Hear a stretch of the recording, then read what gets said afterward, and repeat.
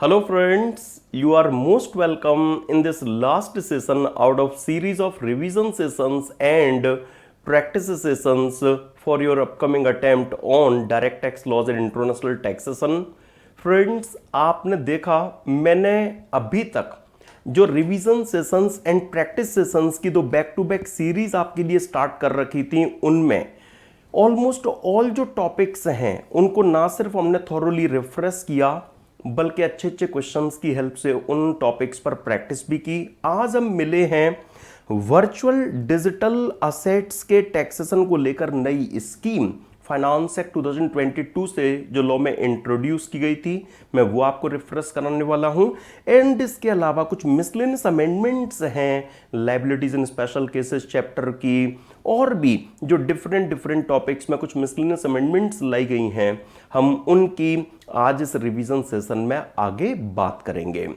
और my dear friends, मैं आज इस सेशन को थोड़ी सी देर के लिए आपके लिए प्रैक्टिस सेशन भी बना लूंगा।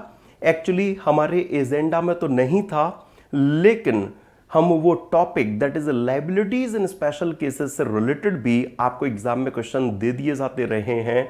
तो लायबिलिटीज इन स्पेशल केसेस टॉपिक के भी जो अच्छे अच्छे क्वेश्चंस हैं वो मैं आज इस रिवीजन कम प्रैक्टिस सेशन में आपके साथ में डिस्कस कर लूंगा।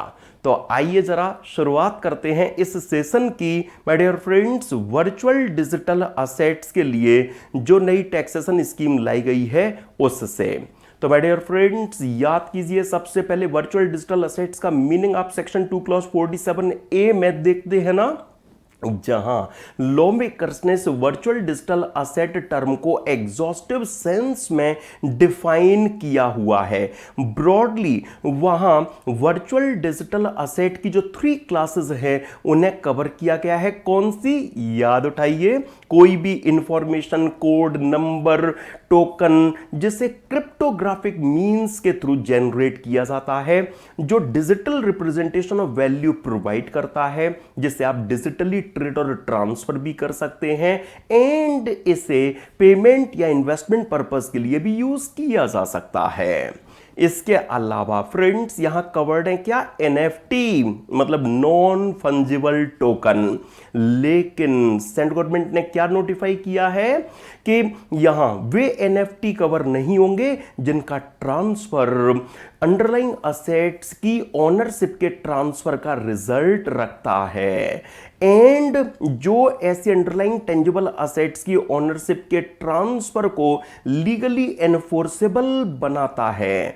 तो ऐसे एनएफटी जिनके ट्रांसफर का रिजल्ट अंडरलाइंग टेंजिबल असेट्स की ओनरशिप का ट्रांसफर का इफेक्ट रखता है, और जो अंडरलाइंग टेंजिबल असेट की ओनरशिप के ट्रांसफर को लीगली एनफोर्सेबल बनाता है, तो ऐसे एनएफटी को हम वर्चुअल डिजिटल असेट से यहां बाहर कर रहे हैं। इसके अलावा कोई भी अदर डिजिटल असेट जिसे सेंट्रल गवर्नमेंट स्पेसिफाई कर दें तो वो भी यहां पर वर्चुअल डिजिटल असेट के मीनिंग में आएंगी। लेकिन याद कीजिए सेंट्रल गवर्नमेंट ने कुछ एक्सक्लूजन्स नोटिफाई किए हैं ना। हां, इसमें एक्चुअली जो gift card, vouchers, mileage points, reward points, loyalty card जिनको आप गुड्स और सर्विसेज की ऑब्टेनिंग में यूज करते हैं, या जो गुड्स और सर्विसेज पर डिस्काउंट अवेल करने के लिए यूजेबल हमें नजर आते हैं। इसके अलावा माय डियर फ्रेंड्स, यहां पर अगर आपने किसी वेबसाइट पर, किसी ऐप पर अगर आपने सब्सक्रिप्शन अगर पे किया है, किसी वेबसाइट या डिजिटल प्लेटफॉर्म पर, माय डियर फ्रेंड्स, किसी वेबसाइट या डिजिटल प्लेटफॉर्म या ऐप पर अगर आप कोई सब्सक्रिप्शन देते हैं तो वो यहां पर केस कवर नहीं होगा। माय डियर फ्रेंड्स, मैंने वर्चुअल डिजिटल असेट का लॉ मेकर्स ने जो मीनिंग दिया है वो शॉर्ट में आपको यहां पर रेफरेंस करा दिया है। बाकी वर्चुअल डिजिटल असेट के लिए मैंने अपने यूट्यूब चैनल पर एक कंप्लीट सेशन आपको अरेंज किया हुआ है। अगर आपको इन डिटेल देखना है तो वहां से से आप ये सारी चीजें जो प्रैक्टिकल सिनेरियो के साथ हमने डिस्कस की थी वहां से देख सकते हैं। लेकिन सिंस ये रिवीजन सेशन है, इसमें एग्जाम ओरिएंटेड डिस्कशन हम यहां पर केवल कर रहे हैं। तो वर्चुअल डिजिटल असेट के लिए एग्जाम के लिए तो बस आप ये कैरी करेंगे क्या कि एक तो यहां पर ऐसा इंफॉर्मेशन टोकन कोड नंबर जो क्रिप्टोग्राफिक मींस के थ्रू जनरेट होता है, जिसको जो digital representation of value provide करता है, जिसको आप इन्वेस्टमेंट या पेमेंट पर्पस के लिए यूज कर सकते हैं। एक तो वो यहां पर कवर्ड है, इसके अलावा यहां नॉन फंजिबल टोकन कवर्ड है। लेकिन ऐसे नॉन फंजिबल टोकन जिनके ट्रांसफर का रिजल्ट अंडरलाइंग टेंजिबल असेट की ओनरशिप के ट्रांसफर का इफेक्ट रखता है, जो अंडरलाइंग टेंजिबल असेट की ओनरशिप के ट्रांसफर को लीगली एनफोर्सेबल बनाता है, वो हम यहां से बाहर कर रहे हैं। इसके अलावा कोई भी डिजिटल असेट जैसे सीजी स्पेसिफाई कर दें, लेकिन यहां पर वो केसेस नहीं आएंगे जिन्हें सेंट्रल गवर्नमेंट एक्सक्लूड कर दें। और कौन से एक्सक्लूजन उनके रहे हैं वो आपने देख लिया, gift card, loyalty card, reward point, mileage points, जिनको आप गुड सर्विसेज की ऑब्टेनिंग में यूज करते हैं, जिन्हें गुड्स और सर्विसेज पर डिस्काउंट की अवेलिंग के लिए आप यूज में लेते हैं, या जो आप वेबसाइट, अदर डिजिटल प्लेटफॉर्म या किसी ऐप पर सब्सक्रिप्शन के तौर पर पे करते हैं, तो वे केस यहां पर वर्चुअल डिजिटल असेट से बाहर कर दिए गए हैं। अब मेनली जो हमारे लिए रेलिवेंट है माय डियर फ्रेंड्स, वो है taxation scheme. Yes, law makers ने सेक्शन 115BBH इस रिलेशन में जो हमें दिया, क्या मैसेज वहां उन्होंने पास ऑन किया कि सुनिए, अगर एसएससी जो कोई भी हो उनकी टोटल इनकम में वर्चुअल डिजिटल असेट के ट्रांसफर से राइज होने वाली कोई इनकम इंक्लूडेड है, तो एक्ट के बाकी सारे प्रोविजंस को हम ओवररूल कर रहे हैं और ये कह रहे हैं कि उन वर्चुअल डिजिटल असेट के ट्रांसफर से राइज होने वाली जो भी इनकम होगी उस पर तो एक फ्लैट दैट इज 30% की रेट से इनकम टैक्स आप कैलकुलेट करेंगे। Surcharge and cess will apply as usual. Okay, यहां सरचार्ज सेस के लिए कुछ खास नहीं है। और बस अगर एसएससी की टोटल इनकम में से आप वो वर्चुअल डिजिटल असेट के ट्रांसफर वाली इनकम को रिड्यूस कर दें, तो बाकी जो इनकम बचती है, अगर वही टोटल इनकम होती तो क्या टैक्स आता, वो जरा अलग से चेक कर लें। तो मतलब स्पेशल इनकम पर स्पेशल रेट से टैक्स निकालो, अदर इनकम पर अदरवाइज टैक्स पेबल चेक कर लो, इनका सम टोटल करो, तो वो एसएससी की टोटल इनकम का टोटल टैक्स पेबल कहलाएगा। माय डियर फ्रेंड्स, ये जो इनकम अभी आपने यहां पर देखी, क्या एसएससी को इस इनकम की कंप्यूटेशन में कोई एक्सपेंडिचर या लॉस का सेट ऑफ वगैरह मिल पाएगा? The answer is no.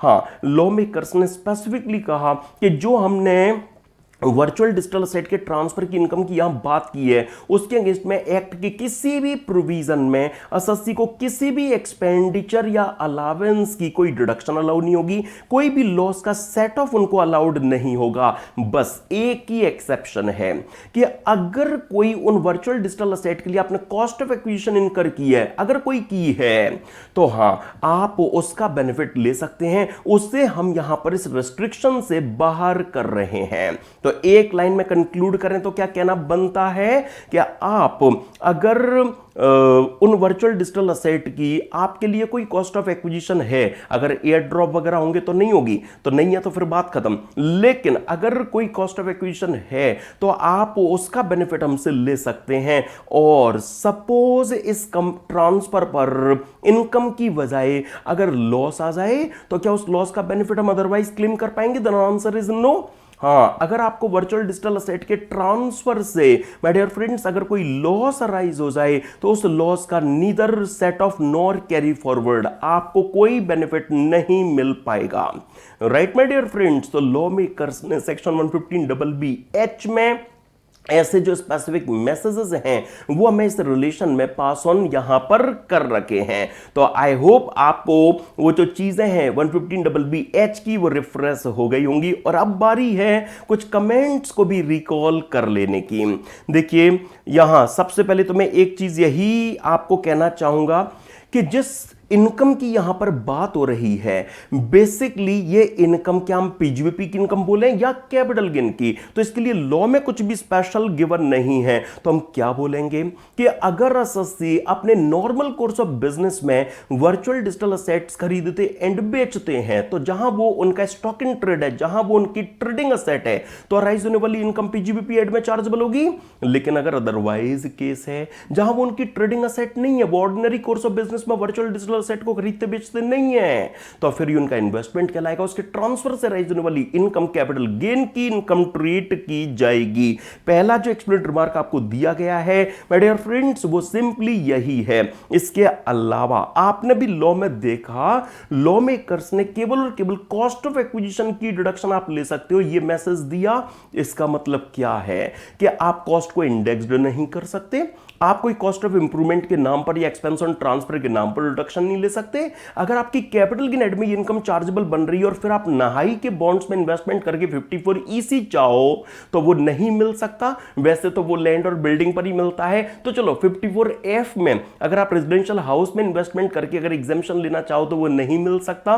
मतलब क्या, आपको जो बेनिफिट यहां दिया जा रहा है वो केवल और केवल कॉस्ट ऑफ एक्विजिशन का है। तो इसके अलावा आपको इस कंप्यूटेशन में कोई भी और डिडक्शन किसी भी नाम से अगर आप लेना चाहेंगे तो वो इग्नोर कर दी जाएगी, वो बेनिफिट आपको नहीं मिल पाएगा। देन फिर क्वेश्चन ये राइज होता है क्या कि हम इस इनकम से क्या बेसिक एग्जाम्पशन लिमिट की डिडक्शन ले सकते हैं। माय डियर फ्रेंड्स, याद उठाइए जो चैप्टर 12 एंड 12 में स्पेशल रेट्स वाले जो सेक्शंस हैं उनमें जब ये कह दिया जाता है कि आपको इस इनकम पर तो 30% की रेट से टैक्स देना है, तो basic exemption limit is a part and parcel of slab rate structure, that's not an independent thing. जहां पर हम अपनी नॉर्मल इनकम पर नॉर्मली टैक्स निकाल रहे होते हैं तो वहां बेसिक एग्जाम्पशन लिमिट अपनी चलाएंगे। वो स्पेशल इनकम पर जब स्पेशल रेट दे दी जाती है तो वो वहां पर एप्लीकेबल नहीं हो पाती है अनटिल एंड अनलेस उस सेक्शन में फ्लेक्सिबिलिटी शो ना की गई हो। जैसे 111A में हम एसटीडी के लिए चार्जेबल ट्रांजैक्शन से जब एसटीसीजी पर टैक्स निकाल रहे होते हैं तो वैसे तो 15% का फ्लैट रेट है वहां, लेकिन बाद में फिर वहां फ्लेक्सिबिलिटी है कि रेजिडेंट इंडिविजुअल रेजिडेंट एचयूएफ अपनी अनअवेल्ड बेसिक एग्जाम्पशन लिमिट से एसटीसीजी से क्लेम कर सकते हैं, तो हम कर पाते हैं। ऐसे ही 112 में एलटीसीजी, 112A में एसटीटी के लिए चार्जेबल ट्रांजैक्शन से राइज होने वाले एलटीसीजी के लिए भी जो अनअवेल्ड बेसिक एग्जाम्पशन लिमिट का एडजस्टमेंट है वो स्पेसिफिकली गिवन है तो हम ले पाते हैं। अदरवाइज किसी स्पेशल इनकम के लिए अगर स्पेशल रेट गिवन है तो फिर तो वो उस स्पेशल रेट से ही इनकम टैक्स की जाएगी, जैसा कि केस आपने यहां पर ये देखा। और वही चीज आपको रीडिंग पर्पस के लिए मैंने यहां पर माय डियर फ्रेंड्स दे भी रखी है। और एक बात ये भी आती है कि चलो हमने वर्चुअल डिजिटल असेट के ट्रांसफर से ये जो इनकम पर 30% से जो टैक्स निकलता था वो निकाल तो दिया, लेकिन क्या एसएससी सेक्शन 87A में रिबेट ले पाएगा? Then answer is yes. हाँ, अगर कहीं स्पेसिफिकली मना किया जाता है तो हम वो रिबेट नहीं ले पाते। जैसे याद उठाओ सेक्शन 112A कैपिटल गेन्स में आपको रेफरेंस भी कराया था, वहां पर स्पेसिफिकली मना किया गया है कि एसटीडी के लिए चार्जेबल ट्रांजैक्शन से जो अराइज होने वाले एलटीसीजी पर टैक्स आप निकालोगे 112A में, वहां पर 87A की रिबेट नहीं मिलेगी तो नहीं मिलेगी। लेकिन जहां पर मना नहीं किया जाता वहां पर वो रिबेट अवेलेबल हो पाती है। तो यहां पर भी मना नहीं किया गया, इसीलिए हम क्या कहेंगे कि सेक्शन 87A की जो रिबेट है उसका जो बेनिफिट है वो एज यूजुअल यहां पर अवेलेबल होगा। तो ये कुछ कमेंट्स मैंने आपको क्विकली यहां पर और रिकॉल करा दिए। अब चलता हूं मैं आपको थोड़ा सा अदर सोर्सेज में, वो टैक्सेशन ऑफ गिफ्ट वाला जो पार्ट हम रिफ्रेश करके आए हैं, मैंने वहां पर भी ये चीज आपको रिकॉल करा दी थी, लेकिन जब वर्चुअल डिजिटल असेट्स को हम एक साथ रिफ्रेश कर रहे हैं तो वो चीज भी मैं आपको अगेन रिफ्रेश करा देता हूं।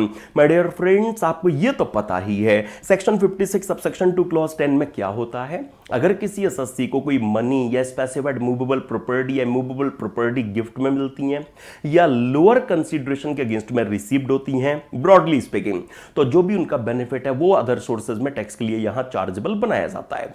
वह स्पेसिफाइड मूवेबल प्रॉपर्टी की लिस्ट में जो वर्चुअल डिजिटल असेट का केस है वो कवर किया जा चुका है। तो अब वर्चुअल डिजिटल असेट की जो रिसीट है वो भी रेसिपिएंट के हैंड्स में अदर सोर्सेज हेड में टैक्स के लिए चार्जेबल बन सकेगी।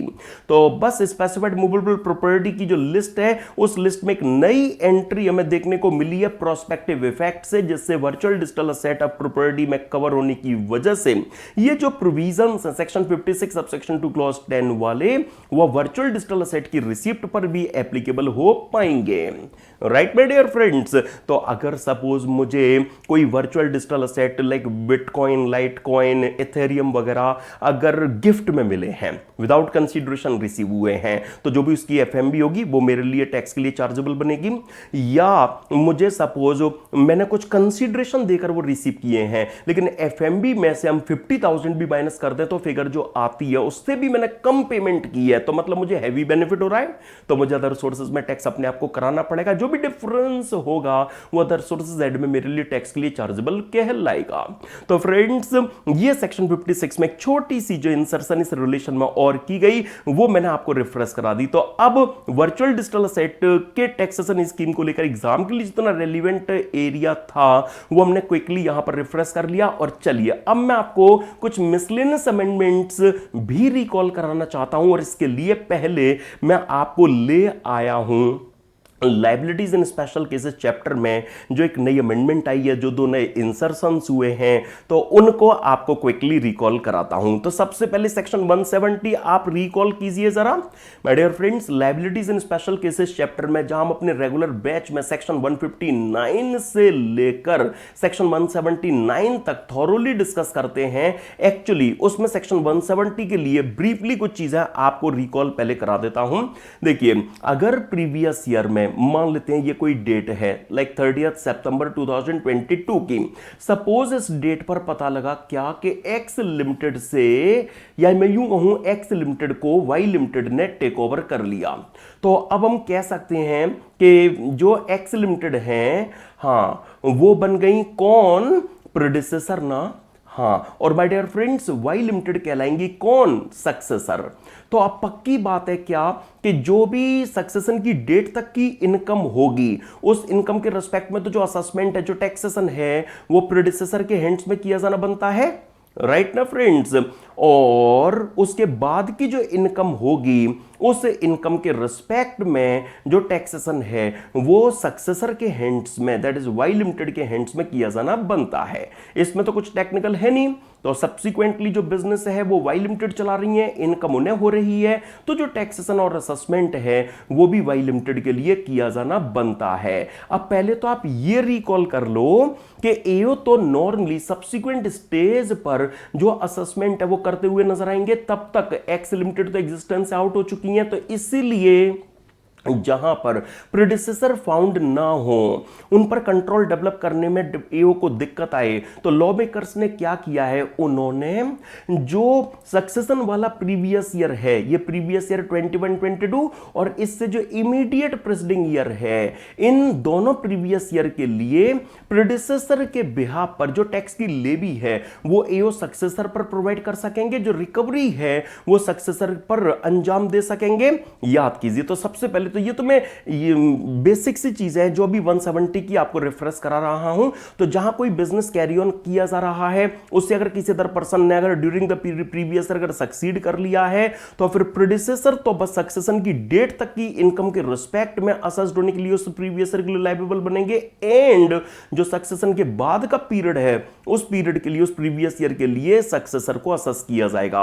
अब यही सेक्शन 170 सक्सेसर की लायबिलिटी की जो बात करता है कि जहां प्रेडिसेसर फाउंड ना हो तो फिर जो सक्सेशन वाला प्रीवियस ईयर है उस प्रीवियस ईयर की जो प्रेडिसेसर की इनकम होगी इवन जो ट्रांसफर पर कैपिटल गेन भी प्रेडिसेसर को अराइज हुआ है वो मिलाकर, एंड जो सक्सेशन वाले प्रीवियस ईयर से इमीडिएट प्रीसीडिंग ईयर होगा उनके लिए सक्सेसर पर उसी सेम मैनर में उसी सेम एक्सटेंट तक असेसमेंट किया जा सकेगा जिस हद तक प्रेडिसेसर के लिए किया जा सकता था।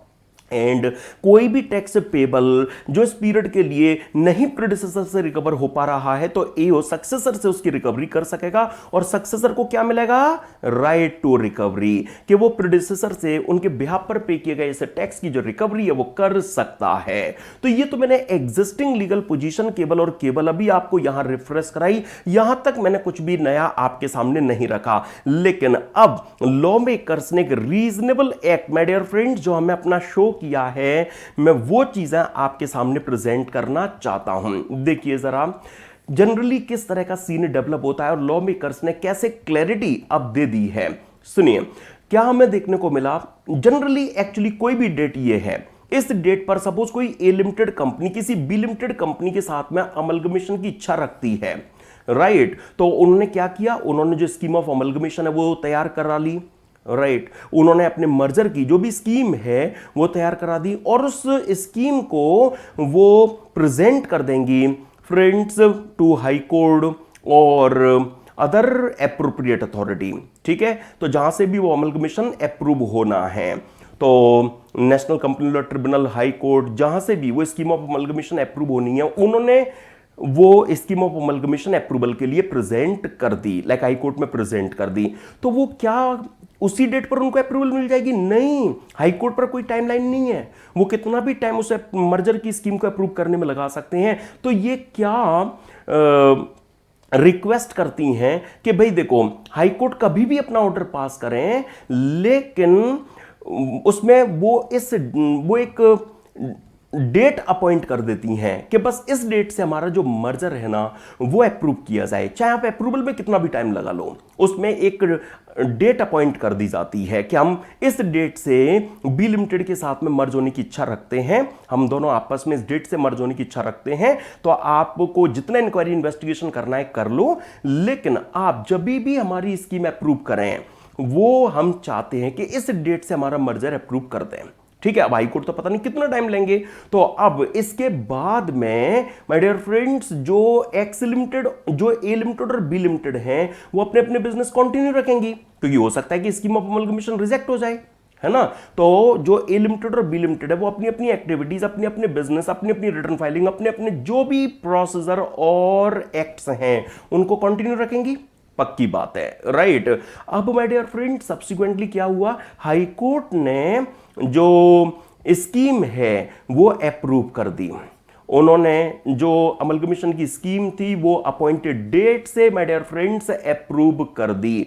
तो अब इसका रिजल्ट क्या आएगा? अब इसका माय डियर फ्रेंड्स जो रिजल्ट है वो ये आएगा कि जो ये अमलगमेटिंग कंपनी है ए लिमिटेड, अब ए लिमिटेड इसी डेट से सीज टू एग्जिस्ट ट्रीट की जाएगी, राइट ना फ्रेंड्स। अब जो ये रिजल्ट आएगा वो रिजल्ट यही आएगा कि जो ये ए लिमिटेड है, जिसको हम कह सकते हैं अमलगमेटिंग कंपनी, वो अमलगमेटिंग कंपनी अपॉइंटेड डेट से, जिस डेट से जो स्कीम ऑफ अमलगमेशन है वो अप्रूव हुई है माय डियर फ्रेंड्स, यस, इसी डेट से अब ये ए लिमिटेड एग्जिस्टेंस से आउट हुई ट्रीट की जाएगी। लेकिन इस पीरियड के दौरान माय डियर फ्रेंड्स, जो ए लिमिटेड पर इस पीरियड के दौरान जो भी प्रोसीडिंग्स ए लिमिटेड पर कंप्लीट हो चुकी हैं, जो भी प्रोसीडिंग्स ए लिमिटेड पर प्रेडिसेसर पर कंप्लीट हो चुकी हैं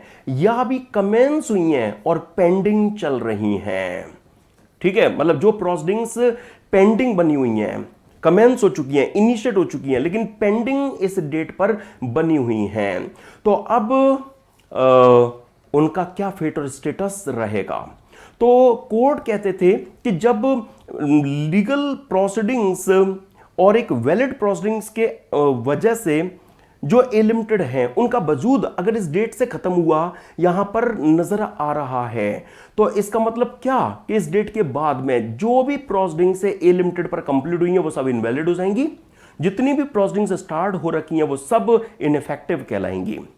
ये लॉ मेकर्स को ठीक नहीं लगा, तो उन्होंने अब क्या मैसेज पास ऑन कर दिया है, सेक्शन 170 में एक अमेंडमेंट लाकर ये लिख दिया कि वो सारी जो प्रोसीडिंग्स कंप्लीट हुई हैं या पेंडिंग बनी हुई हैं, ये सारी प्रोसीडिंग्स अब डीम्ड कंप्लीटेड और पेंडिंग ऑन बी लिमिटेड कहलाएंगी, मतलब amalgamated company that is succeeded, that is successor पर कहलाएंगी। तो डीम्ड प्रोसीडिंग्स, ये जो प्रोसीडिंग्स कंप्लीट हुई हैं या पेंडिंग हुई हैं, डीम्ड प्रोसीडिंग्स ऑन सक्सेसर, वो सक्सेसर पर कंप्लीट हुई या सक्सेसर पर इनिशिएट हुई ट्रीट की जाएंगी। ये डीमिंग फिक्शन है जो लॉ मेकर्स ने सेक्शन 170 में न्यूली इंट्रोड्यूस कर दिया है। आई होप अब आपको जो अमेंडमेंट है उसका आइडिया अच्छे से लग गया होगा। तो सेक्शन 170 में एक नया सबसेक्शन 2A जो इंट्रोड्यूस किया गया है उसका क्रक्स केवल और केवल ये डीमिंग फिक्शन है। आइए जरा अब मैं रख देता हूं वो चीजें आपके सामने। तो जो मैसेज था वो तो मैंने आपको यहां पर क्विकली रिफ्रेश कराई दिया है, लेकिन देखिए जरा लॉ भी आपके सामने से एक बार निकाल देता हूं। तो जो सबसेक्शन 1 और 2 में दिए गए प्रोविजंस उनको तो ओवररूल कर दिया। सक्सेशन का अगर केस होगा तो हम चेक करेंगे कि जो भी सक्सेशन की पेंडेंसी के दौरान प्रेडेसेसर पर जो भी असेसमेंट, रीअसेसमेंट या अदर प्रोसीडिंग्स इनिशिएट हो चुकी हैं या कंप्लीट भी की जा चुकी हैं, वो सारी जो प्रोसीडिंग्स है वो अब सक्सेसर पर कंप्लीट हुई या इनिशिएट हुई कहलाएंगी और एक्ट के जो ऑल अदर प्रोविजंस है वो अकॉर्डिंगली लग जाएंगे। अब ये जो पेंडेंसी वाली बात यहां पर आपने अभी देखी, तो पेंडेंसी का जो मीनिंग है वो हम उस पीरियड से लेंगे जो उस डेट से कमेंस होगा, जिस डेट पर उस बिजनेस रीऑर्गेनाइजेशन के लिए, मतलब उस सक्सेशन के लिए आपने हाई कोर्ट ट्रिब्यूनल या आपने हाई कोर्ट ट्रिब्यूनल के यहां पर एप्लीकेशन फाइल की थी, या कॉर्पोरेट इंसॉल्वेंसी रेजोल्यूशन प्रोसेस के लिए वो आईबीसी के सेक्शन 5(1) में adjudicating authority that is NCLT के यहां पर एप्लीकेशन एडमिट की गई थी, उस डेट से तो पीरियड कमेंस हो गया। और खत्म कब होगा जाकर, जिस डेट पर माय डियर फ्रेंड्स उस हाई कोर्ट ट्रिब्यूनल या उस एडजुडिकेटिंग अथॉरिटी के ऑर्डर को डिपार्टमेंट के द्वारा रिसीव किया गया हो, मतलब प्रिंसिपल कमिश्नर या कमिश्नर को ऑर्डर रिसीव हुआ हो, तब तक हम कहेंगे कि जो प्रोसीडिंग्स थी वो सक्सेशन की चल रही थी। उस पीरियड में इनकम टैक्स डिपार्टमेंट ने जो भी प्रोसीडिंग्स प्रेडिसेसर पर कंप्लीट या पेंडिंग इनिशिएट की, वो सारी प्रोसीडिंग्स अब कंप्लीट या इनिशिएट सक्सेसर पर कहलाएंगी। तो जो इस अमेंडमेंट का क्रक्स है वो मैंने आपको यहां पर ये माय डियर फ्रेंड्स दे रखा है, राइट। तो बस एक ही चीज है जो एग्जाम के लिए कैरी करनी है आपको, कि कोई भी असेसमेंट या अदर पेंडिंग प्रोसीडिंग्स जो सक्सेशन के इवेंट में प्रेडिसेसर पर कंप्लीट या इनिशिएट हो चुकी हैं वो अब सक्सेसर पर कंप्लीट या इनिशिएटेड कहलाएंगी। बात खत्म। चले आगे, आइए जरा अब ले चलता हूं मैं आपको एक और नई इंसर्शन लॉ मेकर्स ने जो की सेक्शन 170A, उसको मैं अब आपको रिफ्रेश करा देता हूं। देखिए लॉ मेकर्स ने एक बड़ी रीजनेबलनेस माय डियर फ्रेंड्स जो यहां पर शो की है इजी फॉर्म में। चलिए चीजें पहले आपके सामने से निकालता हूं। देखो क्या होता है, हमें यह देखने को मिलता है जनरली कि भाई इस डेट पर आपने स्कीम ऑफ अमलगमेशन, जैसे मैं मान लेता हूं कि हां A limited company B limited company के साथ में मर्ज होने की इच्छा रखती है, ये बन गई अमलगमेटिंग कंपनी, ये बन गई अमलगमेटेड कंपनी, इसको हम प्रेडिसेसर और इसको हम सक्सेसर भी कह सकते हैं। अब सुनिए फ्रेंड्स, यहां पर स्कीम ऑफ अमलगमेशन प्रेजेंट कर दी जाएगी। अब हाई कोर्ट जो ऑर्डर पास करेंगे, हाई कोर्ट या ट्रिब्यूनल या अदर एडजुडिकेटिंग अथॉरिटी जिनके यहां भी वो एप्लीकेशन फाइल की गई, उन्होंने, मैं मानता हूं कि हां जो मर्जर की वो स्कीम है वो यहां अप्रूव कर दी, लेकिन हमें ये देखने को मिलता है फ्रेंड्स क्या, कि उसकी जो इफेक्टिविटी होती है वो प्रीसीडिंग डेट से हमें जनरली नजर आती है। मतलब इस डेट से जनरली वो हाई कोर्ट ट्रिब्यूनल या अदर एडजुडिकेटिंग अथॉरिटी का जो ऑर्डर है वो इफेक्टिव देखने को मिलता है। अब हुआ क्या, सपोज इस प्रीवियस ईयर के लिए सक्सेसर ऑलरेडी अपनी रिटर्न फर्निश कर चुके हैं, हम ये मानकर चल रहे हैं कि इस प्रीवियस ईयर के लिए सपोज बी लिमिटेड ने ऑलरेडी अपनी आरओआई फाइल कर रखी है, तब तक तो वो हायर अथॉरिटी का जो ऑर्डर है वो नहीं था, वो तो बाद में पिक्चर में आया है। तो उस ऑर्डर का इफेक्ट क्या इस रिटर्न में होगा? बिल्कुल नहीं होगा। तो लॉ मेकर्स एक मॉडिफाइड रिटर्न का कॉन्सेप्ट लेकर आए। उन्होंने क्या मैसेज दिया कि अगर हाई कोर्ट ट्रिब्यूनल या किसी अदर एडजुडिकेटिंग अथॉरिटी आईबीसी वाली दैट इज एनसीएलटी ने अपना ऑर्डर जो पास किया, उस ऑर्डर की एप्लीकेबिलिटी वाले किसी प्रीवियस ईयर की अगर सक्सेसर ने उस ऑर्डर की डेट से पहले ही रिटर्न फाइल कर रखी है, तो जिस भी मंथ में वो ऑर्डर हायर अथॉरिटी का जिस भी मंथ में हायर अथॉरिटी का जो ऑर्डर है वो सक्सेसर को रिसीव हुआ, उस मंथ के क्लोज होने से 6 मंथ्स में रहकर एक मॉडिफाइड रिटर्न फाइल करनी होगी। उस मॉडिफाइड रिटर्न में केवल और केवल उस हायर अथॉरिटी के ऑर्डर का जो इफेक्ट है उसी तक उसे मॉडिफाई किया जाएगा। कोई नए एक्सपेंस वगैरह आप चाहो कि उस मॉडिफाइड रिटर्न में क्लेम ब्लेम कर लो तो वो पॉसिबल नहीं होगा। तो लॉ मेकर्स चाहते हैं क्या कि जो हायर अथॉरिटी का ऑर्डर आए उसका इफेक्ट भी इस प्रीवियस ईयर की जो रिटर्न पर पड़ना है वो डिपार्टमेंट को सक्सेसर से देखने को मिल जाए। इसके लिए लॉ मेकर सेक्शन 170 ए में जो ये ऑब्लिगेशन है वो सक्सेसर पर यहां लेकर आए कि आप हायर अथॉरिटी के ऑर्डर की एप्लीकेबिलिटी वाले किसी प्रीवियस ईयर की अगर रिटर्न पहले ही फाइल कर चुके हैं तो आपको 6 मंथ्स में रहकर एक मॉडिफाइड रिटर्न फर्निश करनी होगी।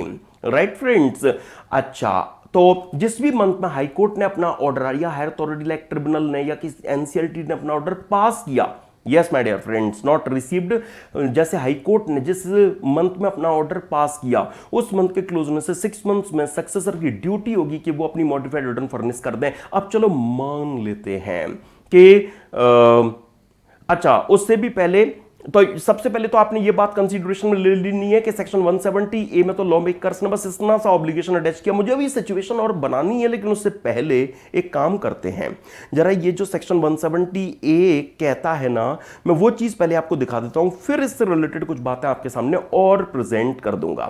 देखिए क्या कह दिया है लॉ मेकर्स ने, आप कह रहे वो सेक्शन 139 की ड्यू डेट निकल गई, छोड़ो उन सबको, हम ओवर रूल कर रहे हैं।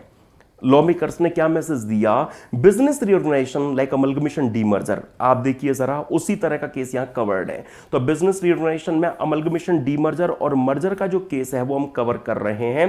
एक्चुअली हाई कोर्ट, ट्रिब्यूनल या वो आईबीसी वाली जो एडजुडिकेटिंग अथॉरिटी है दैट इज एनसीएलटी के ऑर्डर की डेट से पहले ही अगर उस ऑर्डर की एप्लीकेबिलिटी वाले किसी प्रीवियस ईयर की अगर आप रिटर्न फर्निश कर चुके हैं तो फिर सक्सेसर की ड्यूटी होगी क्या कि जिस मंथ में वो ऑर्डर इशू हुआ है मतलब पास हुआ है उस मंथ के क्लोज में से 6 मंथ्स के अंदर अंदर सक्सेसर उस प्रीवियस ईयर की जो रिटर्न है वो एक modified return prescribed format manner में फर्निश करें, लेकिन उसमें मॉडिफिकेशन केवल हायर अथॉरिटी के उस ऑर्डर की एक्सटेंट तक ही किया जाएगा, कोई अपनी तरफ से आप उसमें नई चीजें ऐड नहीं कर दोगे। ये जो सेक्शन है ये किन के लिए है फ्रेंड्स, आप देख रहे हैं सक्सेसर के लिए। ओके तो सक्सेसर में कौन आएंगे, तो हम कह सकते हैं सक्सेसर में वो रिजल्टिंग कंपनीज आएंगी जो बिजनेस रिऑर्गेनाइजेशन से पहले चाहे एग्जिस्टेंस में थी या न्यूली एग्जिस्टेंस में आई। तो अब हम ये कह सकते हैं यहां पर कि सक्सेसर मतलब कंपनी, तो यहां पर हम कह सकते हैं कि अमलगमेशन डीमर्जर के केस ही आएंगे। यहां लैंग्वेज से आपको फीलिंग आ सकती है कि सर यहां पर अगर एक फर्म ने दूसरी फर्म का सक्सेशन किया तो क्या वो केस भी आ जाएगा क्या, ना उस तरह के केस नहीं आएंगे क्योंकि वो थोड़ी ना कोर्ट, ट्रिब्यूनल और एनसीएलटी में जाते हैं, सिंपल सी बात भी है। चलिए अब यहां पर एक टर्म यूज की गई है क्या, प्रेस्क्राइब्ड। तो माय डियर फ्रेंड्स एक रूल 12 एडी इस रिलेशन में बोर्ड ने प्रेस्क्राइब किया। जहां तक फॉर्म की बात है आईटीआर ए में इलेक्ट्रॉनिकली विद डिजिटल सिग्नेचर आपको ये जो मॉडिफाइड रिटर्न है वो फर्निश करना रिक्वायर्ड होगा। इस तरह की चीजें यहां पर हमें प्रोवाइड की गई हैं। तो रूल 12 एडी को भी क्विकली रिफ्रेश कर लीजिए। तो आप ये जो मॉडिफाइड रिटर्न फर्निश करने वाले हैं वो आप आईटीआर ए में फर्निश करेंगे इलेक्ट्रॉनिकली विद डिजिटल सिग्नेचर। अब मैं जिन सिचुएशंस की बात कर रहा था वो जरा आपके सामने और रख देता हूं जिससे उस रूल का रिमेनिंग पार्ट भी आपको रिफ्रेश हो जाए। फ्रेंड्स क्या हुआ, सपोज सक्सेसर ने हमें यह देखने को मिला कि अपनी जो मॉडिफाइड रिटर्न है वो इस डेट पर फर्निश कर दी। अब हो सकता है क्या कि उस डेट पर वो हायर अथॉरिटी के ऑर्डर की एप्लीकेबिलिटी वाले इस प्रीवियस ईयर का ऑलरेडी जो असेसमेंट है वो कंप्लीट ईओ ने कर रखा हो।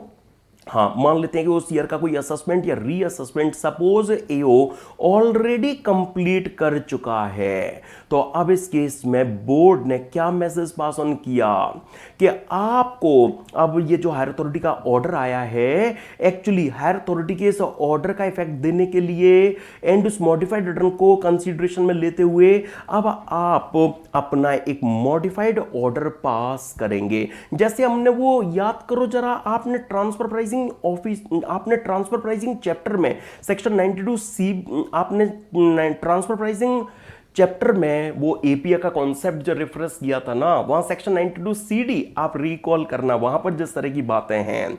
अब एक्चुअली एओ की ड्यूटी है क्या कि वो भी अपने ऑर्डर को मॉडिफाई करेंगे यस उस modified return and higher authority के ऑर्डर को कंसीडरेशन में लेते हुए एओ अब अपने उस असेसमेंट और रीअसेसमेंट को मॉडिफाई करेंगे। ये एओ की ड्यूटी रूल 12 एडी में यहां उन पर फिक्स की गई, और हो सकता है कि उस प्रीवियस ईयर के लिए अभी असेसमेंट पेंडिंग बना हुआ है, तो उस पेंडिंग असेसमेंट को कंप्लीट करने के लिए to complete such assessment AO की क्या ड्यूटी होगी कि वो उस modified return and higher authority के ऑर्डर को जरूर कंसीडरेशन में लें। उस modified return and my dear friends हमारे इस केस में such order of higher authority जो हाई कोर्ट हमने यहां पर ट्रीट की हुई है, such order of higher authority, उन्हें माय डियर फ्रेंड्स वो मॉडिफाइड रिटर्न और हायर अथॉरिटी का जो ऑर्डर है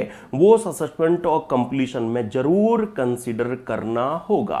ये फ्रेंड्स रूल 12 एडी में रिमेनिंग जो पार्ट है उसका क्रक्स है जो मैंने आपके सामने यहां प्रेजेंट कर दिया है, और तो कुछ उस रूल में है ही नहीं, आप क्विकली देख लीजिए, मैं रख देता हूं वो पार्ट भी आपके सामने आइए। वहां इसी तरह की चीजें हैं जो बोर्ड ने फ्रेंड्स हमें प्रिस्क्राइब की हुई हैं। तो देखिए जरा रूल 12 एडी में सब रूल 3 एंड 4 यही की बात करते हैं। देखिए तो अगर मॉडिफाइड रिटर्न की फर्निशिंग की डेट पर अगर हायर अथॉरिटी का ऑर्डर जिस प्रीवियस ईयर पर एप्लीकेबल होता है उस रेलिवेंट असेसमेंट ईयर का असेसमेंट और रीअसेसमेंट अगर कंप्लीट हो रखा है तो फिर उस केस में ईओ की ड्यूटी है कि वो अपने उस असेसमेंट को मॉडिफाई करते हुए वो अपना एक ऑर्डर पास करें। वो फ्रेंड्स हायर अथॉरिटी का जो ऑर्डर आया है मॉडिफाइड रिटर्न जो एसएससी ने फर्निश की है उसके अकॉर्डिंगली वो उस असेसमेंट और रीअसेसमेंट को टू दैट एक्सटेंट मॉडिफाई करता हुआ एक ऑर्डर पास करे, ये उनकी ड्यूटी होगी। और अगर सपोज मॉडिफाइड रिटर्न की फर्निशिंग की डेट पर अगर हायर अथॉरिटी के ऑर्डर की एप्लीकेबिलिटी वाले किसी प्रीवियस ईयर के लिए रेलिवेंट असेसमेंट ईयर का कोई असेसमेंट या रीअसेसमेंट अगर पेंडिंग चल रहा है तो ईओ की ड्यूटी है कि वो उस असेसमेंट रीअसेसमेंट को कंप्लीट करने में हायर अथॉरिटी का बिजनेस रीऑर्गेनाइजेशन का आया ऑर्डर और एसएससी की फर्निश की गई मॉडिफाइड रिटर्न को कंसीडरेशन में जरूर लेकर चले। हो गया रूल 12 एडी भी आपका रिफ्रेश। यही तो चीजें थी फ्रेंड्स जो मैंने आपको यहां पर इस टाइम स्केल डायग्राम पर सिंपली प्रेजेंट की थी। आप देखिए जरा, तो यहां हम कह सकते हैं कि हमारा जो सेक्शन 170 ए है वो भी हमने रिकॉल कर लिया जो मॉडिफाइड रिटर्न के ऑब्लिगेशन की विद इन टाइम लिमिट बात करता है, और हमने ये रूल 12 एडी भी रिफ्रेश कर लिया जिसमें बोर्ड ने कुछ अदर चीजें हमें प्रोवाइड की हैं। Manner and prescription in relation to modified return के अलावा कि वाईटीआर ए में रिटर्न जाएगी, इलेक्ट्रॉनिकली जाएगी, डिजिटल सिग्नेचर के साथ जाएगी, उसके अलावा जो चीजें थी रूल की वो भी आपको रिफ्रेश हो गई। और आइए जरा मैं अब आपको बिल्कुल एक इंडिपेंडेंट इंसर्शन लॉ मेकर्स ने जो रिसेंटली की वो और रिकॉल करा देता हूं, that is section 156 A. Friends क्या देखने को मिलता है जनरली एक्चुअली बिजनेस रिऑर्गेनाइजेशन में जो एक्वायर की जाने वाली सिक एंटिटीज होती हैं उनकी फ्यूचर वायबिलिटी को इंश्योर करने के लिए जो कोर्ट ट्रिब्यूनल या एडजुडिकेटिंग अथॉरिटी होती है ना वो उनकी एंटायर लायबिलिटी को रिकास्ट कर देती हैं। इस प्रोसेस में ये देखने को मिलता है कि जो भी आउटस्टैंडिंग डिमांड्स होती हैं जो पास्ट से उन सिक एंटिटी पर क्रिएट हो रखी होती हैं इंक्लूडिंग इनकम टैक्स डिपार्टमेंट की डिमांड भी उसको वो रिकास्ट कर देती हैं, मतलब मॉडिफाई कर देती हैं। अब क्या हुआ, सपोज कोई एक्स लिमिटेड कंपनी है, अब वो डूबने के कगार पर पहुंच चुकी है। अब हाई कोर्ट ट्रिब्यूनल या अदर एडजुडिकेटिंग अथॉरिटी ने उस सिक एंटिटी के रिवाइवल के लिए क्या किया, उनकी जो भी आउटस्टैंडिंग डिमांड चल रही थी उनको मॉडिफाई कर दिया। अब इनकम टैक्स डिपार्टमेंट की डिमांड थी उस एक्स लिमिटेड पर सपोज 75 लाख की, तो मान लेते हैं कि हायर अथॉरिटी ने उस डिमांड को मॉडिफाई करके 35 लाख तक ला दिया। तो अब जो डिपार्टमेंट का ओडीआर है आउटस्टैंडिंग डिमांड रजिस्टर उसमें तो 75 लाख ही चढ़ा हुआ है, उसी का नोटिस ऑफ डिमांड इशू हो रखा है ना, इसलिए। लेकिन हायर अथॉरिटी ने क्या किया, सिक रिवाइवल के लिए उनकी 75 लाख की डिमांड को 35 लाख रुपीस पर ला दिया है। तो माय डियर फ्रेंड्स अब लॉ में ऐसा कोई सिस्टम नहीं था जिससे कि जो नोटिस ऑफ डिमांड एक बार जो इशू हो गया उसको मॉडिफाई किया जा सके। तो अब पहली बार सेक्शन 156 ए लाया गया और उसमें जो इशू हो रखे और नोटिस ऑफ डिमांड है उनके मॉडिफिकेशन को लेकर जो चीजें हैं वो इंसर्ट कर दी गई हैं। तो फ्रेंड्स देखिए, अब कोई भी tax, interest, fine, penalty, other sum जिसके रिस्पेक्ट में नोटिस ऑफ डिमांड सेक्शन 156 में जो दिया जाता है वो दिया जा चुका है। ओके, लेकिन अगर आईबीसी की वो सेक्शन 5 की जो adjudicating authority that is NCLT है उनके ऑर्डर के रिजल्टेंटली वो डिमांड रिड्यूस कर दी गई है, तो एओ की ड्यूटी है कि वो हायर अथॉरिटी के उस ऑर्डर की कंफर्मिटी में उस पेबल डिमांड को अब मॉडिफाई करें। ठीक है, तो अगर हायर अथॉरिटी ने कहा, एनसीएलटी ने कहा कि बस इनकी डिमांड 75 लाख से हम 35 लाख कर रहे हैं, तो एओ भी उस नोटिस ऑफ डिमांड को जो 75 लाख का उन्होंने हमारे एग्जांपल में इशू किया था उसको 35 लाख पर लेकर आए। और अगर कोई पेबल सम बचा है, अगर सपोज हायर अथॉरिटी पूरा ही रिड्यूस कर देती, खत्म कर देती है ना, उन्होंने कम खत्म किया, तो कोई पेबल सम बचा है तो उसके नोटिस ऑफ डिमांड, उस उतने अमाउंट का ही नोटिस ऑफ डिमांड प्रिपेयर करके, मतलब मॉडिफाइड उस नोटिस ऑफ डिमांड को वो एसएससी को सर्व करेंगे और वही नोटिस ऑफ डिमांड फिर सेक्शन 156 का फाइनल नोटिस ऑफ डिमांड माना जाएगा। अकॉर्डिंगली एक्ट के जो प्रोविजंस है वो एप्लीकेबल बनेंगे। लेकिन कल को अगर सपोज इस एडजुडिकेटिंग अथॉरिटी ने, दैट इज एनसीएलटी ने या सुप्रीम कोर्ट ने अगर अपने ऑर्डर को मॉडिफाई किया, तो फिर फ्रेंड्स अगर ये पास किया गया ऑर्डर सब्सिक्वेंटली एनसीएलटी के द्वारा या सुप्रीम कोर्ट के द्वारा अगर मॉडिफाई किया जाता है, तो जो बेस ही चेंज हो गया, तो फिर कॉन्सिक्वेंसल जो एओ का इशू किया गया जो नोटिस ऑफ डिमांड था वो भी मॉडिफाई किया जाएगा। तो जो earlier modified notice of demand 35 lakh था, अगर 35 लाख की फिगर को भी अगर आगे एनसीएलटी या सुप्रीम कोर्ट ने मॉडिफाई कर दिया, तो फिर एओ भी अकॉर्डिंगली अपने उस मॉडिफाइड नोटिस ऑफ डिमांड को फर्दर रिवाइज करेंगे और रीजनेबल भी है। तो सेक्शन 156 ए जो नया एक सेक्शन लाया गया, आई होप आपको वो रिफ्रेश हो गया होगा। ठीक है, तो ये लायबिलिटीज इन स्पेशल केसेस चैप्टर से रिलेटेड कुछ नई इंसर्शन और अमेंडमेंट्स थी जो मैंने यहां पर आपको रिफ्रेश कराई। ठीक है, बाकी सारी जो चीजें हैं मैंने कहा 159 से 179 तक की सारी बातें वो हम अपने रेगुलर बैच में डिस्कस करते हैं। हालांकि मैं कुछ चीजें आपको लायबिलिटीज इन स्पेशल केसेस चैप्टर से रिलेटेड भी थोड़ी देर में जब क्वेश्चंस डिस्कस करूंगा तो वहां पर आपको रिकॉल करा दूंगा जो एग्जाम के लिए कंपैरेटिवली ज्यादा रेलिवेंट होती हैं। लेकिन उससे पहले अब ये मिसलेनियस अमेंडमेंट्स की बात कर रहे हैं, तो आइए सैलरी चैप्टर में एक छोटी सी अमेंडमेंट जो लाई गई है मैं वो आपको रिकॉल करा दूं। देखो ये तो आपको पता ही है, परक्यूजिट्स को लेकर सेक्शन 17 क्लॉज 2 में इंटरमीडिएट लेवल से आप मेडिकल फैसिलिटी की जो एग्जामिशन है वो एम्प्लॉय के हैंड्स में देखते आए हैं ना। यस, तो जो एग्जिस्टिंग पोजीशन रही है माय डियर फ्रेंड्स वो क्या रही है, देखो अगर एम्प्लॉय को या उनके फैमिली मेंबर को मेडिकल फैसिलिटी अगर एम्प्लॉयर ने प्रोवाइड की है तो एम्प्लॉय के लिए वो परक्यूजिट टैक्सेबल नहीं बनेगा, मतलब एम्प्लॉय के लिए वो फैसिलिटी परक्यूजिट ही ट्रीट नहीं की जाएगी, अकॉर्डिंगली वो टैक्स के लिए चार्जेबल नहीं कहलाएगा। और अगर वो मेडिकल फैसिलिटी मतलब मेडिकल ट्रीटमेंट इन इंडिया अगर एम्प्लॉय को या उनके फैमिली मेंबर को अगर मिला है तो वो एम्प्लॉयर के द्वारा मेंटेन्ड हॉस्पिटल में मिला हो या कोई भी हॉस्पिटल जैसे गवर्नमेंट लोकल अथॉरिटी या सेंट्रल हेल्थ स्कीम के तहत अप्रूव्ड जो हॉस्पिटल हैं, सेंट्रल हेल्थ सर्विसेज के तहत जो अप्रूव्ड हॉस्पिटल्स हैं उनमें अगर वो ट्रीटमेंट कराया गया है या प्रेस्क्राइब डिसीजेज और एलिमेंट के मेडिकल ट्रीटमेंट के लिए चीफ कमिश्नर के द्वारा अप्रूव्ड हॉस्पिटल में अगर वो ट्रीटमेंट कराया गया है, ठीक है, जिसके लिए एक्सपेंस एम्प्लॉय इनकर कर रहे होंगे, बाद में एम्प्लॉयर उन्हें उनका जो सम है वो पे कर दे रहे होंगे, तो एम्प्लॉय को वो सम जो भी एम्प्लॉयर से रिसीव होता है वो उनके लिए एग्जेम्प्टेड परक्यूजिट कहलाता है।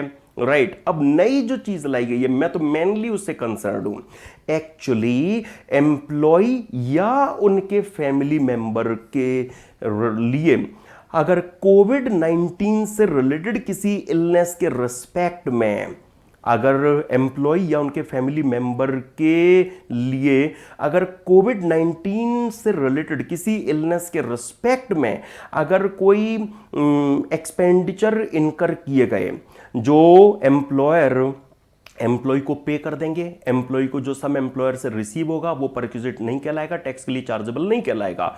लेकिन हां, बस वे कंडीशन जो सेंट्रल गवर्नमेंट इस रिलेशन में ऑफिशियल गजेटमेंट नोटिफिकेशन इश्यू करके स्पेसिफाई कर दें, वो गवर्नमेंट की नोटिफाइड कंडीशंस फुलफिल्ड नजर आए, तो कोविड-19 से रिलेटेड इलनेस के रिलेशन में जो भी मेडिकल फैसिलिटी एम्प्लॉयर से एम्प्लॉय को मिली वो उनके लिए परक्विजिट ट्रीट नहीं की जाएगी, एग्जेम्प्टेड कहलाएगी।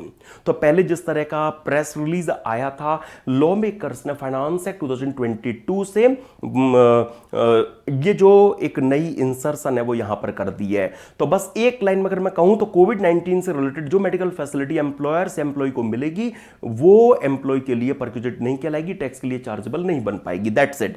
आइए अब मैं आपको कुछ मिसलेनियस अमेंडमेंट्स में फर्दर लेकर चलना चाहता हूं। याद कीजिए, एग्जेम्प्टेड इनकम से रिलेटेड एक्सपेंस अलाउड होते हैं क्या? Then answer is no. My dear friends, जब अगर किसी सोर्स की इनकम एग्जेम्प्ट है तो उस सोर्स से अराइज होने वाले या उस सोर्स के लिए इनकर किए गए एक्सपेंडिचर की डिडक्शन का क्वेश्चन ही राइज नहीं होता। हमें पता है ना कि एग्रीकल्चर इनकम एग्जेम्प्ट है, तो सेल ऑफ एग्रीकल्चर प्रोड्यूस जब टैक्सेबल नहीं होना तो एक्सपेंस ऑन कल्टीवेशन की आप डिडक्शन कैसे ले सकते हैं? क्वेश्चन ही राइज नहीं होता। तो सेक्शन 14A में इस तरह की बात है। तो फ्रेंड्स, लॉ मेकर्स ने क्या वहां क्या रखा है कि अरे जो चैप्टर 3 है, चैप्टर 3 जहां पर सेक्शन 10 में की एग्जेम्पशन गिवन है, राइट माय डियर फ्रेंड्स। तो चैप्टर 3 का ही पार्ट है ये सेक्शन 14A भी। सेक्शन चैप्टर 3 में सेक्शन 10 की एग्जेम्पशंस प्राइमरीली गिवन है, ठीक है। अच्छा, तो लॉ मेकर्स ने जो चैप्टर 3 में सेक्शन 10 में जब आप एसएससी के लिए इनकम कंप्यूट कर रहे होंगे तो उस इनकम से रिलेटेड उस इनकम के रिस्पेक्ट में इनकर किए गए एक्सपेंडिचर की आप कोई डिडक्शन नहीं ले सकेंगे। एक लाइन में अगर मैं कहूं तो क्या कहना बनता है कि एग्जेम्प्टेड इनकम के रिलेशन में अगर आप कोई एक्सपेंडिचर इनकर करते हैं तो वो आपका डिडक्टेबल नहीं होता। बात खत्म। ये हेडिंग से आपको इस सेक्शन का जो क्रक्स है वो रिकॉल हो गया होगा, राइट ना फ्रेंड्स। तो कोई भी ऐसी इनकम जो आपकी टोटल इनकम का फॉर्मिंग पार्ट नहीं बनती, जो आउटर कॉलम में नहीं आती, दैट इज सेक्शन 10 की एग्जेम्प्टेड इनकम, उसके रिस्पेक्ट में इनकर किए गए एक्सपेंडिचर की डिडक्शन आपको नहीं दी जाती। लेकिन अगर कॉम्पोजिट केस हो तो सपोज मेरे पास में एक सोर्स ऑफ इनकम ऐसा है जिसकी इनकम टैक्सेबल होनी है, ठीक है, तो उससे रिलेटेड एक्सपेंडिचर की डिडक्शन भी मिलनी है। और दूसरा सोर्स ऑफ इनकम मेरा ऐसा है जो एग्जेम्प्ट है, तो उससे रिलेटेड एक्सपेंस की डिडक्शन मुझे अलाउड नहीं होनी है। अब क्या हुआ, मैंने अपने टैक्सेबल सोर्स और एग्जेम्प्टेड सोर्स दोनों में जो फंड्स लगाए हैं, पार्टली पार्टली ऑन फंड्स लगाए हैं, पार्टली पार्टली लोन फंड्स लगाए हैं। अब जो लोन लिया उस लोन पर मैं इंटरेस्ट दे रहा हूं, उस लोन का एक पार्ट टैक्सेबल सोर्स में यूज हुआ है, एक पार्ट उसका एग्जेम्प्टेड सोर्स में यूज हुआ है, लेकिन ये आइडेंटिफिएबल नहीं है कि कितना मैंने एग्जेम्प्टेड सोर्स और टैक्सेबल सोर्स में उस लोन प्रोसीड को यूज किया है। तो फिर इस कॉम्पोजिट केस में हम क्या करेंगे, हम ऐसे केस में माय डियर फ्रेंड्स याद उठाओ रूल 8D, जहां पर बोर्ड ने मैनर प्रेस्क्राइब किया हुआ है कि वो जो आपका एग्जेम्प्टेड सोर्स है ना, हाँ, उस एग्जेम्प्टेड इनकम वाले इन्वेस्टमेंट की आप ईच मंथ के ओपनिंग की और क्लोजिंग की जो वैल्यू होंगी उनसे मंथली एवरेज निकालोगे। ऐसे 12 मंथ्स के मंथली एवरेजेस जो आएंगे उनको एग्रीगेट करके 12 से डिवाइड कर दोगे तो क्या आ गया, एनुअल एवरेज। उस इन्वेस्टमेंट का एनुअल एवरेज, उसका 1%, हाँ, वो आपने निकाला, वो रख लो। और एग्जेम्प्टेड इनकम के लिए सोलिली आपने जो एक्सपेंस किया है जो आइडेंटिफिएबल है वो साथ में मिला लो। ये आपके एग्जेम्प्टेड इनकम से रिलेटेड एक्सपेंस कहलाएंगे या लायबल नहीं बन पाएंगे। ये रूल 8D क्विकली मैंने आपको रिफ्रेश यहां पर केवल और केवल अभी कराया। तो अगर कॉम्पोजिट बिजनेस का केस है तो फिर जो एक्सपेंडिचर एग्जेम्प्टेड इनकम से रिलेटेड होंगे जिनकी आपको डिडक्शन नहीं मिलनी है वो प्रेस्क्राइब्ड मैटर में डिटरमाइन किए जाएंगे। वो रूल 8D मैंने ऑरली क्विकली यहां रिफ्रेश कराया। अब जो मेनली अमेंडमेंट यहां पर लाई गई है मैं वो आपको रिकॉल करा दूं। देखिए, लॉ मेकर्स ने बस एक सिचुएशन जो अभी हैंडल किया वो इतनी है। सपोज एसएससी ने कोई लोन लिया है, मान लेते हैं सोलली उन्होंने कोई एग्जेम्प्टेड इनकम वाले सोर्स में यूटिलाइज करने के लिए कोई लोन लिया है। कोई कॉम्पोजिट वाला केस नहीं है, सिंपल केस बना रहा हूं अभी आपके लिए।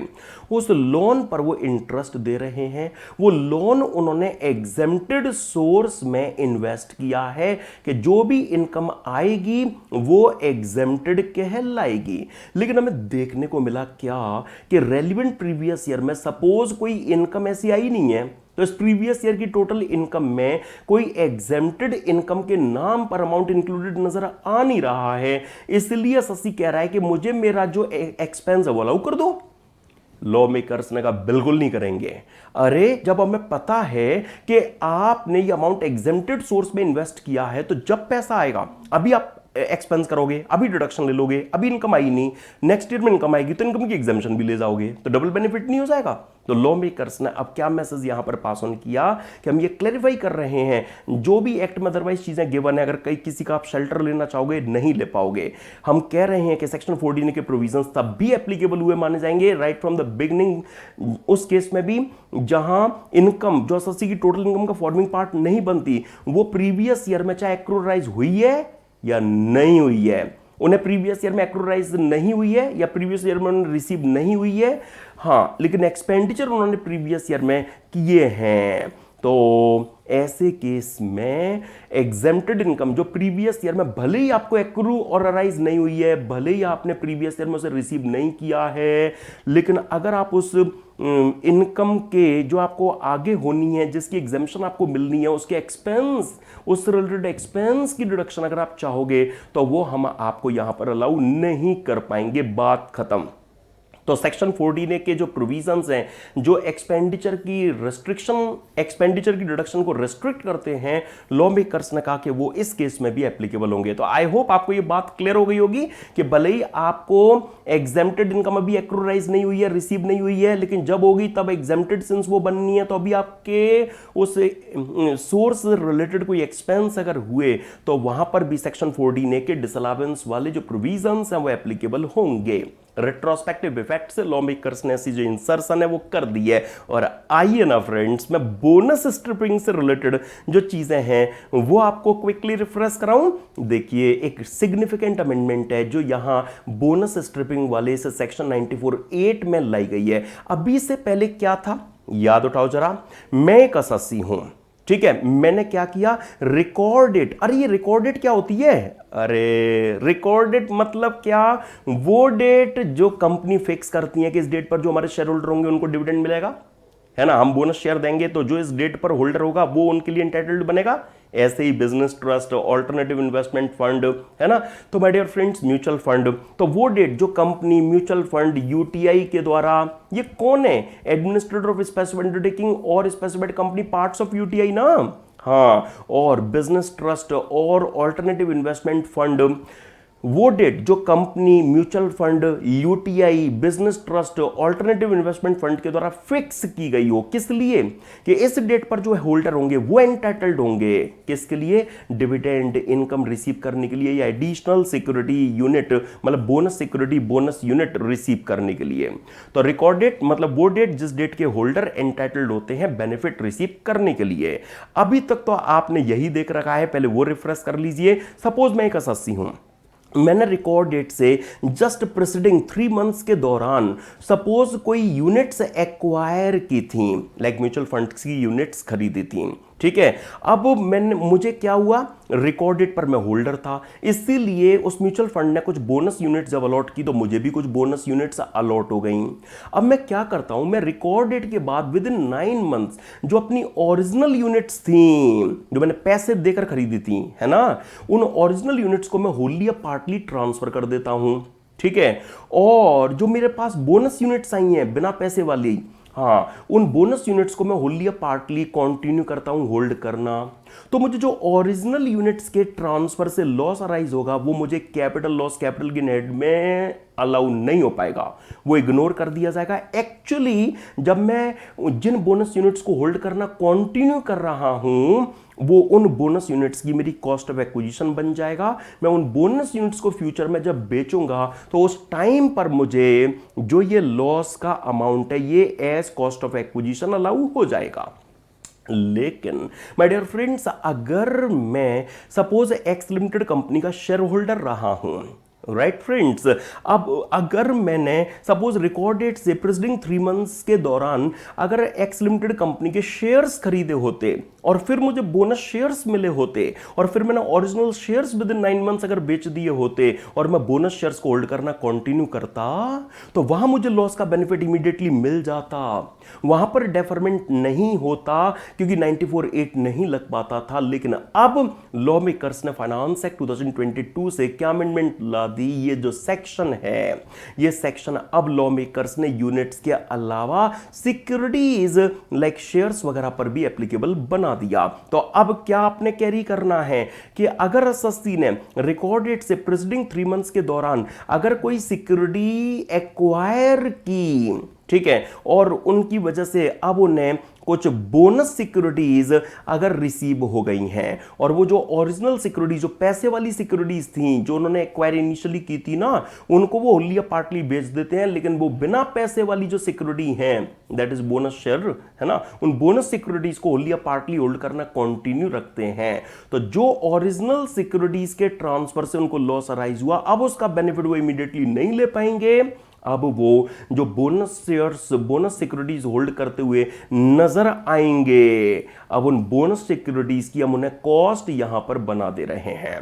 तो बस लॉ मेकर्स ने जो सेक्शन पहले केवल यूनिट्स तक लिमिटेड था, अब उसे यहां पर सिक्योरिटीज तक एक्सटेंड कर दिया है और अब उसमें शेयर्स वगैरह के, बोनस शेयर्स वगैरह के केसेस भी फ्रेंड्स आ पाएंगे। तो एक ड्रास्टिक अमेंडमेंट है जो यहां पर लाई गई है फ्रेंड्स। रेगुलर बैच में हम टाइम स्केल डायग्राम पर फुल फ्लैश वे में केस स्टडीज बनाकर डिस्कस कर पाते हैं, लेकिन मैंने कॉन्सेप्ट आपको पूरा यहां पर रिफ्रेश करा दिया है। और आइए जरा, इन द ईयर ऑफ 1975 जो इंसर्शन की गई थी, जिसमें एक ड्रास्टिक अमेंडमेंट यहां पर लाई गई, दैट इज सेक्शन 285B, मैं वो अब आपको रिकॉल करा दूं।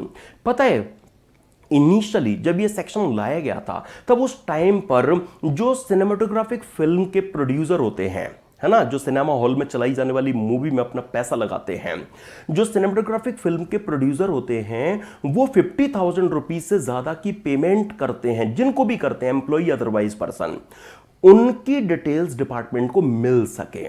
इसके लिए लॉ मेकर्स ने सेक्शन लॉ में इनिशियली इंट्रोड्यूस किया था।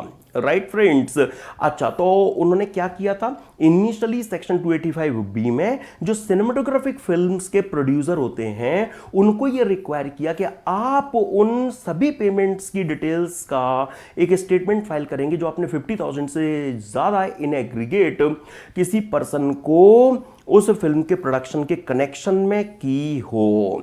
वो स्टेटमेंट जो फॉर्म नंबर 52A में इलेक्ट्रॉनिकली फाइल किया जाता था विद इन 30 डेज। कब से 30 डेज? अरे अगर आपकी फिल्म बड़ी है मतलब पूरा साल प्रोडक्शन चलता रहा उस फिल्म का, ठीक है, तो प्रीवियस ईयर के क्लोज होने से 30 डेज में। अगर आपने मूवी करंट ईयर में स्टार्ट करके करंट ईयर में खत्म कर दी, तो फिर जब आपने मूवी प्रोड्यूस कर दी, मतलब प्रोडक्शन कंप्लीट हो गया, वहां से 30 डेज में आप ये स्टेटमेंट फाइल करेंगे। अब फ्रेंड्स, पहले ये सेक्शन केवल सिनेमेटोग्राफिक फिल्म्स तक, मतलब सिनेमा हॉल में चलाई जाने वाली जो मूवी थी उन तक लिमिटेड था। तो अब अगर कोई डॉक्यूमेंट्री प्रोडक्शन है या कोई टेलीफिल्म, मतलब टेलीविजन वगैरह पर अगर कोई प्रोग्राम या टेलीफिल्म अगर प्रोड्यूस की जा रही है, तो उनमें जो पेमेंट्स होते थे उनकी डिटेल्स देने के लिए ये सेक्शन नहीं लग पाता था। ऐसे ही कोई इवेंट मैनेजमेंट कंपनी मोटा पेमेंट है जो कर रही हैं लोगों को, लेकिन उनके रिस्पेक्ट में ये रिपोर्टिंग रिक्वायरमेंट एप्लीकेबल नहीं हो पाती थी।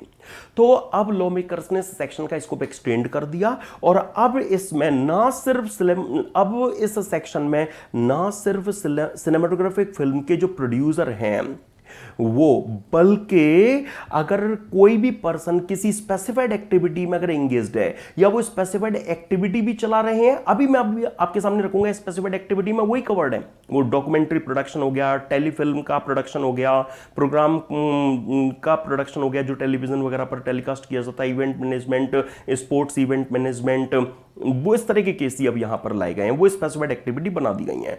तो कोई भी ऐसा पर्सन जो सिनेमेटोग्राफिक फिल्म का प्रोडक्शन कर रहा है या कोई स्पेसिफाइड एक्टिविटी में एंगेज्ड है या दोनों ही काम कर रहा है, वो प्रीवियस ईयर में होली या उसके किसी पार्ट में मतलब उन्होंने मूवी करंट ईयर में स्टार्ट की, करंट ईयर में खत्म हो गई, करंट ईयर में वो स्पेसिफाइड एक्टिविटी स्टार्ट की थी, करंट ईयर में क्लोज हो गई, ठीक है, या पूरे साल चलती रही।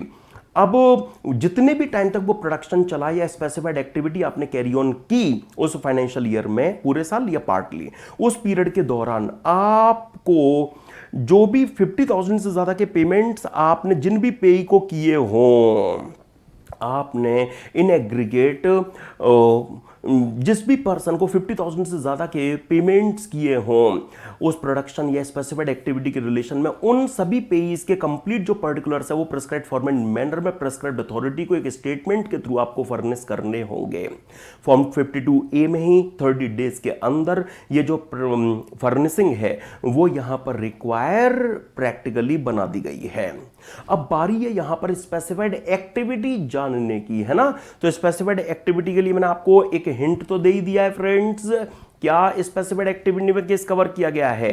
तो अब यहां event management, documentary production, production of programmes for telecasting on television or over the top platforms or any other similar platform, sports event management, other performing arts or any other activity as the central government may by notification in the official gazette specify in this behalf. ठीक है friends, तो I hope specified activity का जो meaning है वो आपको यहां पर क्लियर हो गया होगा।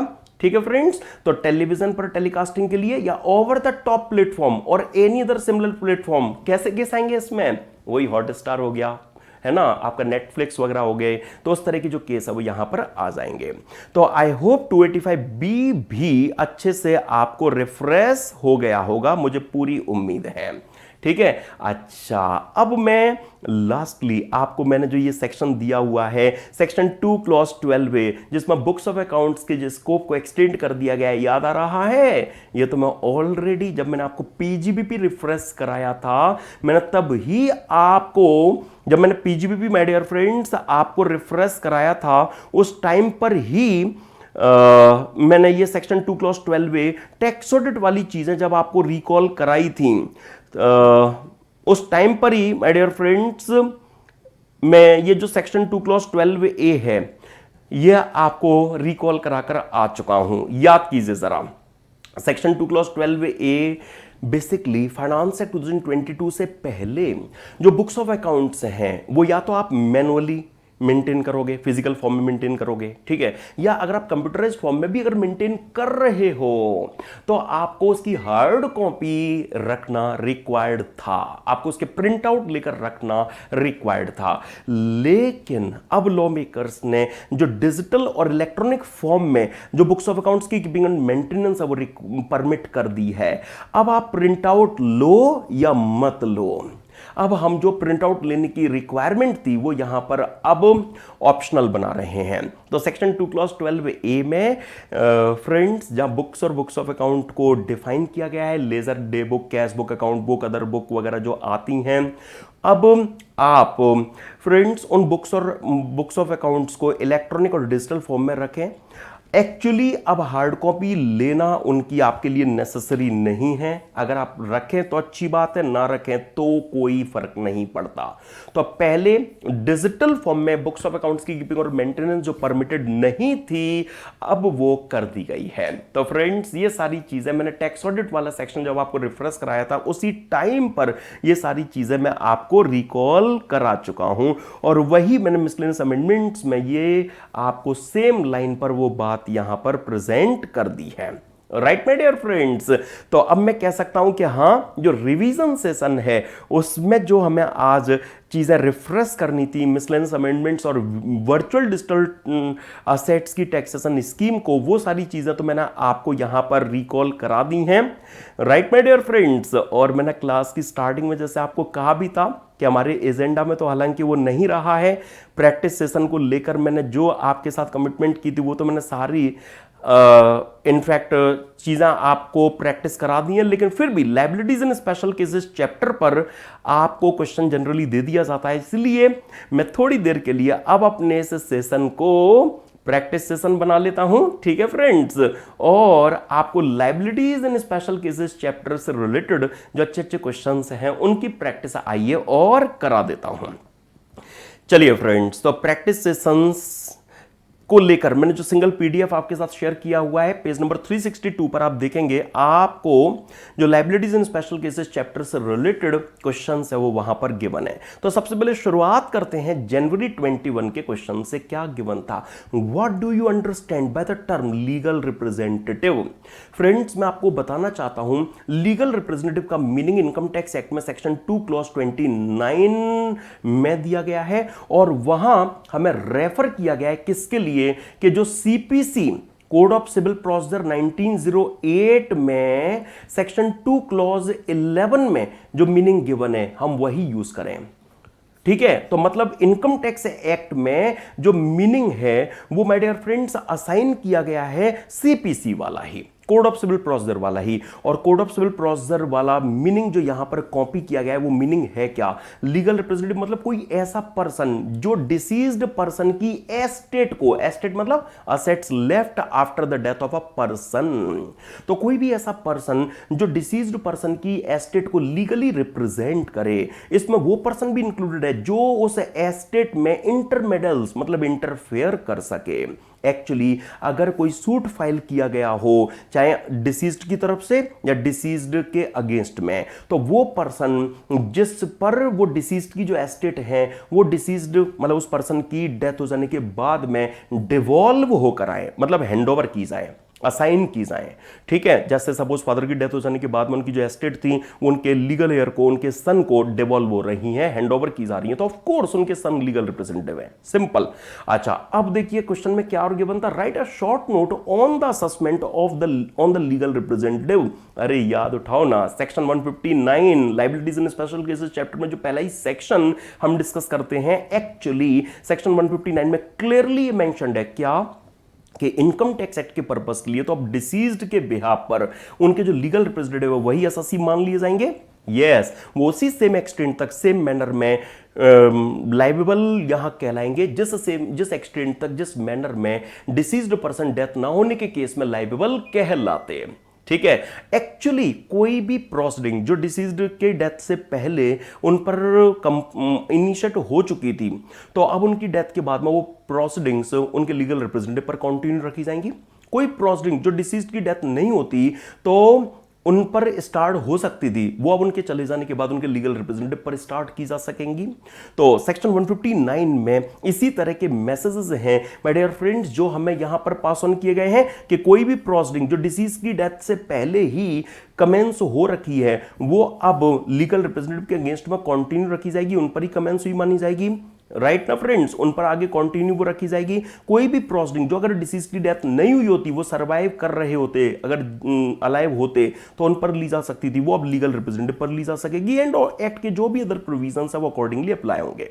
तो मतलब क्या, क्रक्स क्या है कि किसी पर्सन के चले जाने के बाद में उनके जो लीगल रिप्रेजेंटेटिव हैं वो अब उनके बिहाफ पर डीम्ड एसएससी हैं, उन पर एक्ट के जो प्रोविजंस हैं वो डिसीज्ड के लिए असेसमेंट वगैरह को लेकर नॉर्मली एप्लीकेबल होंगे। कोई भी प्रोसीडिंग जो डिसीज्ड की डेथ से पहले कमेंस हो रखी है वो अब लीगल रिप्रेजेंटेटिव पर कमेंस मानी जाएगी, उन पर कंटिन्यू रखी जाएगी। कोई प्रोसीडिंग जो डिसीज्ड की डेथ से पहले उन पर स्टार्ट हो सकती थी वो अब उनके लीगल रिप्रेजेंटेटिव पर स्टार्ट की जा सकेगी। एक्ट के जो प्रोविजंस है वो अकॉर्डिंगली अप्लाई होंगे। सिंपल सा सेक्शन है 159 जिस पर बेस्ड ये चीजें आपको यहां पर टेस्ट आपसे की गई थी। आइए जरा मेनली जो केस स्टडी के फॉर्म में क्वेश्चन है मैं वो रखना अब आपके लिए स्टार्ट करता हूं। मे 2019 का क्वेश्चन सबसे पहले काइंडली देखिए।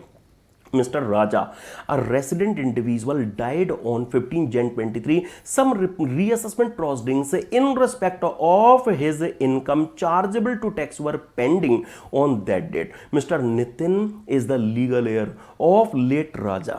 The assessing officer continued the reassessment proceedings without bringing the legal heir, Mr. Nitin, on record. Though Mr. Nitin informed the demise of Raja and also participated in the assessment.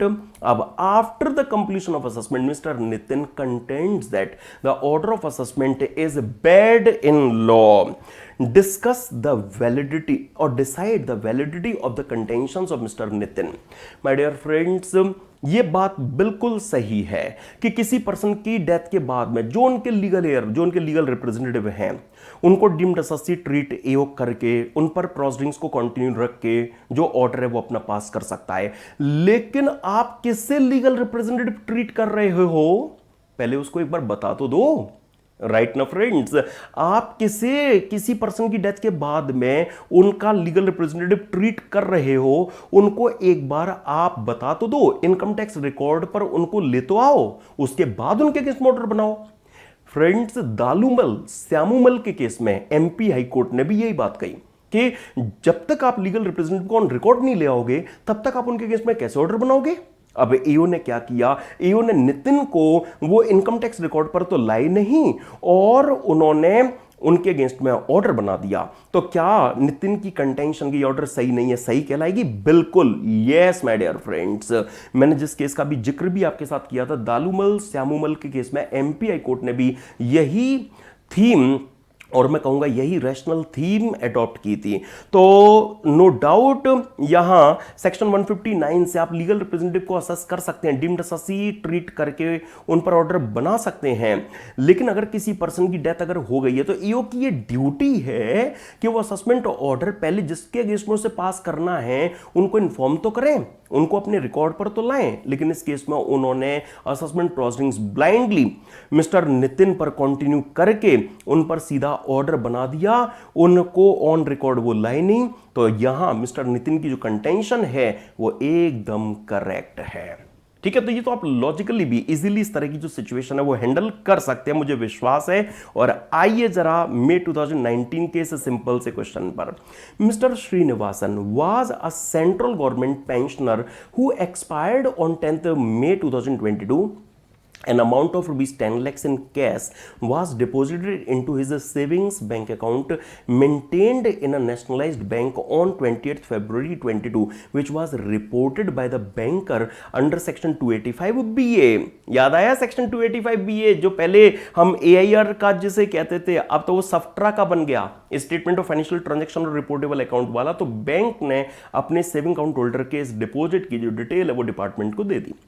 Now, a notice was issued by the AO to Mrs. Srinivasan, who is his legal representative, to file his return of income. Mrs. Srinivasan has approached you as a tax consultant as to the course of action to be undertaken by her, since she is unaware of her deceased husband's financial dealings. What will be your advice to Mrs. Srinivasan? हमारी तो Mrs Srinivasan को strictly यही advice रहेगी कि ये बहाना नहीं चलेगा कि आपको आपके हस्बैंड की फाइनेंशियल डीलिंग्स के बारे में पता नहीं था। आप इनकम टैक्स एक्ट का सेक्शन 159 उठाकर देखिए, वो कहता है कि डिसीज्ड के डेथ के बाद में जो उनके लीगल रिप्रेजेंटेटिव होंगे वो डीम्ड एसएससी ट्रीट किए जाएंगे। जो डिसीज्ड की डेथ ना होने के केस में उनके लीगल ऑब्लिगेशंस होते वो अब उनके बिहाफ पर उनके लीगल रिप्रेजेंटेटिव को डिस्चार्ज करने होंगे। उनको एओ डीम्ड एसएससी ट्रीट करके उन पर टैक्स लेवी करके उनसे रिकवरी कर पाएगा। तो यहां अगर एओ ने आपको रिटर्न फाइल करने के लिए अगर कहा है, अगर एओ ने आपको, जैसे एओ अगर मिस्टर श्रीनिवासन की डेथ नहीं होती तो 142(11) को नोटिस देकर उनसे रिटर्न मांग सकता था ना, तो वो अपनी रिटर्न फाइल करने के लिए लायबल बनते ना। तो अब उनके चले जाने के बाद में अगर एओ ने अगर आपको उनके बिहाफ पर रिटर्न फाइल करने के लिए अगर नोटिस दिया है तो आप उनके बिहाफ पर डीम्ड एसएससी हैं। इसीलिए आपकी ड्यूटी है कि अब आप जितनी भी डिटेल्स अवेलेबल है आपके पास में, आप उनके बेस पर जो अपनी रिटर्न है वो फर्निश करें। ये हम मिसेस श्रीनिवासन को एडवाइस देंगे। राइट, ये बात पक्की है कि अगर मिस्टर श्रीनिवासन ने अगर कोई ऑफेंस किया होगा, इनकम टैक्स एक्ट में उसके लिए प्रोसिक्यूशन अगर हो सकता होगा, तो उनके चले जाने के बाद उनकी वाइफ को जेल में नहीं डाला जाएगा। तो प्रोसिक्यूशन तो फ्रेंड्स उसी को हो पाता है, इंप्रिजनमेंट तो उसी को किया जाता है जिसने ऑफेंस किया हो। ठीक है, तो एक जनरल सी चीज है जो मैंने आपके साथ में यहां पर डिस्कस की। तो बस आप देखिए, जो आपकी एडवाइस रहने वाली है वो मिसेस श्रीनिवासन के लिए यही रहने वाली है कि आप उनके लिए इनकम टैक्स एक्ट में डीम्ड एसएससी हैं। आपकी ड्यूटी है कि अब आप as legal representative return furnish करें, जो मिस्टर श्रीनिवासन का पेबल सम है वो आप पे करें। हाँ, जैसे मिस्टर श्रीनिवासन की डेथ नहीं हुई होती तो वो जिस तरह से रिटर्न फाइल कर रहे होते आप उस तरह से रिटर्न फाइल करें। और यहां टैक्स में ये टैक्स जो इंटरेस्ट पेनल्टी वगैरह वो सब इंक्लूडेड होती हैं। एक्चुअली मिसेस श्रीनिवासन की जो लायबिलिटी है, जितना मिस्टर श्रीनिवासन छोड़कर गए हैं उतने तक ही लिमिटेड कहलाएगी। कोई प्रोसिक्यूशन किसी के चले जाने के बाद उनके लीगल रिप्रेजेंटेटिव को नहीं किया जा सकता। ठीक है, तो एक छोटी सी बात मैं आपके सामने और आपको रिकॉल करा देना चाहता हूं कि जो भी लीगल रिप्रेजेंटेटिव होते हैं उनकी लायबिलिटी जितना डिसीज्ड पर्सन छोड़कर जाते हैं, दैट इज एस्टेट, है ना, उसी तक लिमिटेड होती है। अरे आप किसी पर्सन के चले जाने के बाद में किसी और पर्सन को उसके बिहाफ पर लायबल बना रहे हो, आप उनको यही अपने आप में एक हेडिक दे रहे हो। ठीक है, कि उन्हें डिसीज के लीगल ऑब्लिगेशन सारे डिस्चार्ज करने हैं, कम से कम उनकी पॉकेट तो अफेक्ट मत होने दो। तो इसके लिए लॉ मेकर्स ने माय डियर फ्रेंड्स जगह जगह पर जो इस तरह की लिमिटेशन है वो लगाई हुई है। सेक्शन 159 में ये सारी चीजें हम डिस्कस करते हैं। तो फ्रेंड्स यहां पर बस केवल आप इतनी सी बात कंसीडरेशन में लेकर चलेंगे, ओके, कि हां मिसेस श्रीनिवासन को अगर एओ ने रिटर्न फर्निश करने के लिए रिक्वायर किया है तो मिसेस श्रीनिवासन की ड्यूटी बनती है कि वो एओ के नोटिस को रिस्पॉन्ड करें। वो डिसीज्ड के बिहाफ पर डीम्ड अससी हैं, तो जैसे डिसीज्ड अपनी रिटर्न फाइल करने के लिए लायबल बनते हैं, वैसे ही मिसेस श्रीनिवासन की यहां ड्यूटी है कि वो रिटर्न फाइल करें, पेबल सम को पे करें। हालांकि एस्टेट तक उनकी लायबिलिटी कहलाएगी, प्रोसिक्यूट उनको किया नहीं जा सकता। और अभी तक की हिस्ट्री में सबसे ज्यादा जो unique question my dear friends हमें देखने को मिला वो ये मई 2022 का क्वेश्चन रहा है। यस फ्रेंड्स, तो मई 2022 का जो क्वेश्चन है जरा मैं अब वो आपके सामने रखता हूं। ब्रॉडली जो बोर्ड के सर्कुलर पर बेस्ड हमें देखने को मिला है। चलिए जरा फ्रेंड्स, तो पहले मैं क्वेश्चन रखता हूं आपके सामने। क्या इस क्वेश्चन में आपको दिया गया था, in respect of insolvency proceedings, मतलब कोई इंसॉल्वेंट हो गया है और उसकी इंसॉल्वेंसी प्रोसीडिंग्स चल रही हैं। In respect of insolvency proceedings initiated against D Limited, Mr. Prateek was appointed as official assignee. You are required to advise him as to whether he will be treated as representative assessee in this regard and what will be his status and his liability with respect to other procedures under the IT Act 1961। सुनिए जरा, अब सबसे पहले तो आप ये consideration में ले लीजिए कि कोई डी लिमिटेड है, इसको हम कह सकते हैं कौन, इंसॉल्वेंट, है ना, तभी तो उनकी इंसॉल्वेंसी प्रोसीडिंग्स इनिशिएट हुई है। तो डी लिमिटेड तो हो गई कौन, इंसॉल्वेंट, और उसमें जो मिस्टर प्रतीक हैं वो ऑफिशियल असाइनी उनके एग्जिस्ट कर रहे हैं, अपॉइंट हुए हैं। ठीक है, अब सबसे पहले हमें यहां पर एडवाइस क्या देनी है कि क्या वो रिप्रेजेंटेटिव अससी ट्रीट किए जा सकते हैं क्या।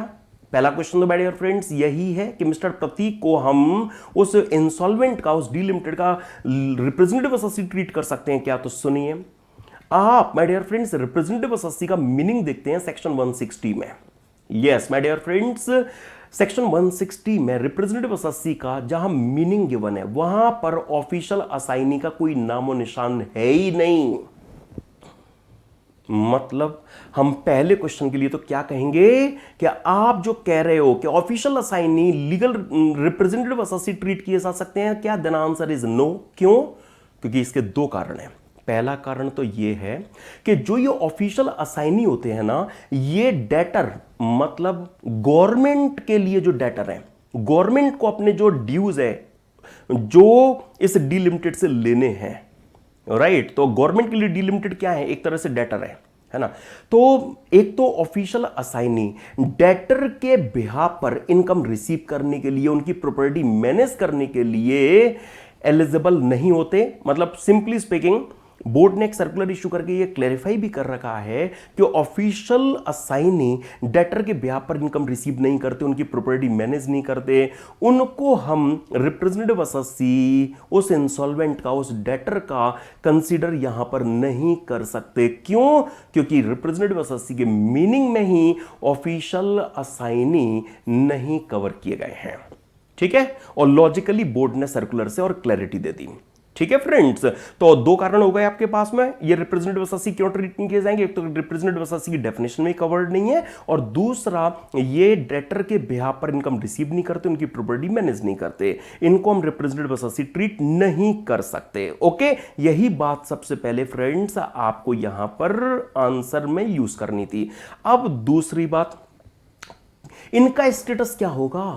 ये जो प्रतीक जो ऑफिशियल असाइनी है इनका हम स्टेटस क्या लेंगे? तो मैं आपके नॉलेज में ये बात लाना चाहता हूं कि जो ऑफिशियल असाइनीज की फंक्शनिंग को रेगुलेट करने वाले एक्ट और लॉ के जो स्पेसिफिक प्रोविजंस हैं उनके अकॉर्डिंगली ऑफिशियल असाइनीज में जो इंसॉल्वेंट की प्रॉपर्टी है वो वेस्टेड कहलाती हैं। एक्चुअली वो ज्यूरिस्टिक एंटिटी इसलिए इनकम टैक्स पर्पस के लिए ट्रीट किए जाएंगे। इसका मतलब क्या हुआ? डीलिमिटेड इंसॉल्वेंट हुई, ऑफिशियल असाइनी जो अपॉइंट हुए उन डीलिमिटेड की जो भी प्रॉपर्टी होंगी वो ऑफिशियल असाइनी में वेस्टेड हो जाएंगी, वो ऑफिशियल असाइनी की प्रॉपर्टी कहलाएंगी। ये ऑफिशियल असाइनी की फंक्शनिंग को रेगुलेट करने वाले एक्ट और लॉज का रिजल्ट है। तो अब इनकम टैक्स पर्पस के लिए ऑफिशियल असाइनी एक सेपरेट अससी, एक ज्यूरिस्टिक एंटिटी के तौर पर सिंस वो है, तो इनकम टैक्स पर्पस के लिए हम क्या बोलेंगे कि वो आर्टिफिशियल जुडिशियल पर्सन, एक सेपरेट अससी, इंसॉल्वेंट से डीलिमिटेड से एक सेपरेट अससी यहां पर ट्रीट किए जाएंगे। तो सेक्शन 2 क्लॉज 31 में जब पर्सन की definition my dear friends given है, पर्सन की डेफिनेशन के क्लॉज 1 to 6 में कौन कवर्ड है? Individual, HUF, company, firm, AOP BOI, local authority. इसके बाद में लिखा है artificial judicial person means person not falling under aforesaid categories. Clause section 2 clause 31 sub clause 1 to 6 में जो फॉल नहीं करते वो आते हैं सब क्लॉज 7 में, that is artificial judicial person में। तो आपने हमसे पूछा कि भाई इनकम टैक्स एक्ट में इनका जो स्टेटस है वो क्या कहलाएगा? हम कहेंगे ऑफिशियल असाइनी का स्टेटस आर्टिफिशियल जुडिशियल पर्सन का ट्रीट किया जाएगा। अब तीसरी रिक्वायरमेंट, एंड क्या उनकी लाइबिलिटी इनकम टैक्स एक्ट में प्रोसीजर और प्रोसीडिंग्स के लिए कहलाएगी? अरे भाई तो वो आर्टिफिशियल जुडिशियल पर्सन है तो अब उनकी ड्यूटी है क्या कि वो इनकम टैक्स एक्ट में एक सेपरेट अससी की तरह है, तो सेपरेट परमानेंट अकाउंट नंबर के लिए अप्लाई करें, separate ITR as artificial judicial person वो फाइल करें। जो भी इंसॉल्वेंट डीलिमिटेड की जो एस्टेट जो उनकी प्रॉपर्टी अब ऑफिशियल असाइनी में वेस्ट हो गई है उनसे जो भी इनकम आ रही है उन इनकम की वो एक separate assessee as an artificial judicial person file करेंगे। जो भी आर्टिफिशियल जुडिशियल पर्सन के लिए रेट और रेट्स होती हैं वही स्लैब स्ट्रक्चर 250 तक एग्जाम्प्ट, उसके बाद 520, 30 वो यहां पर एप्लीकेबल होगा। एक्चुअली उन्हें एक सेपरेट परमानेंट को नंबर ऑब्टेन करना होगा। तो ये देखो बड़ी यूनिक सी चीजें हैं जो मई 2022 में आए, इस क्वेश्चन में आपको बस यूज करनी थी, राइट। तो ऑफिशियल असाइनी बेस्ड जो ये क्वेश्चन आपको दिया गया था इसमें आपको बोर्ड के सर्कुलर का यूज करना था, राइट माय डियर फ्रेंड्स, और मैंने वेरियस थिंग्स अदरवाइज आपके साथ में यहां पर इस कनेक्शन में और डिस्कस किए, ठीक है। तो अब मुझे उम्मीद है कि अगर इस तरह का क्वेश्चन अगर आपको दिया जाता है तो अब आप इजीली उस तरह के क्वेश्चन को आंसर कर सकेंगे। और चलिए जरा अब मैं आपको ले चलता हूं एक बड़े सिंपल से क्वेश्चन में नवंबर 2020 में जो आपको दिया गया था। There is a tax arrear of ₹52 lakhs payable by super 6 traders private limited relating to various assessment years. The court appointed a liquidator on 30th June 22. The liquidator failed to notify his appointment to the assessing officer and also omitted to take note of the tax arrears. He sold some of the assets of the company and settled the supplier's dues. What would be the legal consequence of the action of the liquidator? तो my dear friends, ये जो section है, ये जो question है basically ये question section 178 के relation में क्वेश्चन है। ये सेक्शन 178 जहां पर लिक्विडेटर की लायबिलिटीज की बात की गई है, तो सेक्शन 178 से रिलेटेड ये क्वेश्चन है, राइट। तो जहां पर लिक्विडेटर की लायबिलिटी की एक्चुअली बात की गई है, सुनिए। तो ये जो सेक्शन 178 है, पहले मैं आपको एक काम करता हूं, क्विकली इसको रिफ्रेश कराता हूं, ठीक है ना फ्रेंड्स। ये जो सेक्शन 178 है इसको आइए आपको पहले क्विकली रिकॉल करा देता हूं। सेक्शन 178 में आप क्या देखते आए हैं कि अगर कोई पर्सन किसी कंपनी का जो बाइंडिंग अप की प्रोसेस में है वो उसका वो लिक्विडेटर अपॉइंट हुआ तो उसे अपने अपॉइंटमेंट की डेट से 30 डेज के अंदर अपने अपॉइंटमेंट को असेसिंग ऑफिसर को नोटिफाई करना होता है। उनके नोटिस और नॉलेज में ये फैक्ट लाना होता है कि मैं इस कंपनी का लिक्विडेटर अपॉइंट हुआ हूं, ठीक है। तो अपने अपॉइंटमेंट की डेट से 30 डेज में उन्हें असेसिंग ऑफिसर के नोटिस और नॉलेज में ये फैक्ट लाना होता है, ये उनकी ड्यूटी है, ठीक है।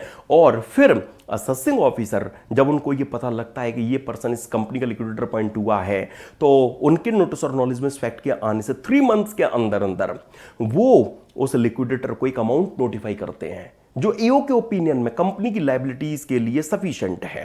हाँ, वो एक अमाउंट ऐसा नोटिफाई कर देते हैं। फिर लिक्विडेटर की ड्यूटी है कि जब तक ईओ से ये नोटिफिकेशन ना मिल जाए तब तक वो कंपनी की असेट्स फंड्स को इधर उधर ना करे, उनको पार्ट विथ ना करे, मतलब किसी को अवेलेबल ना कराए।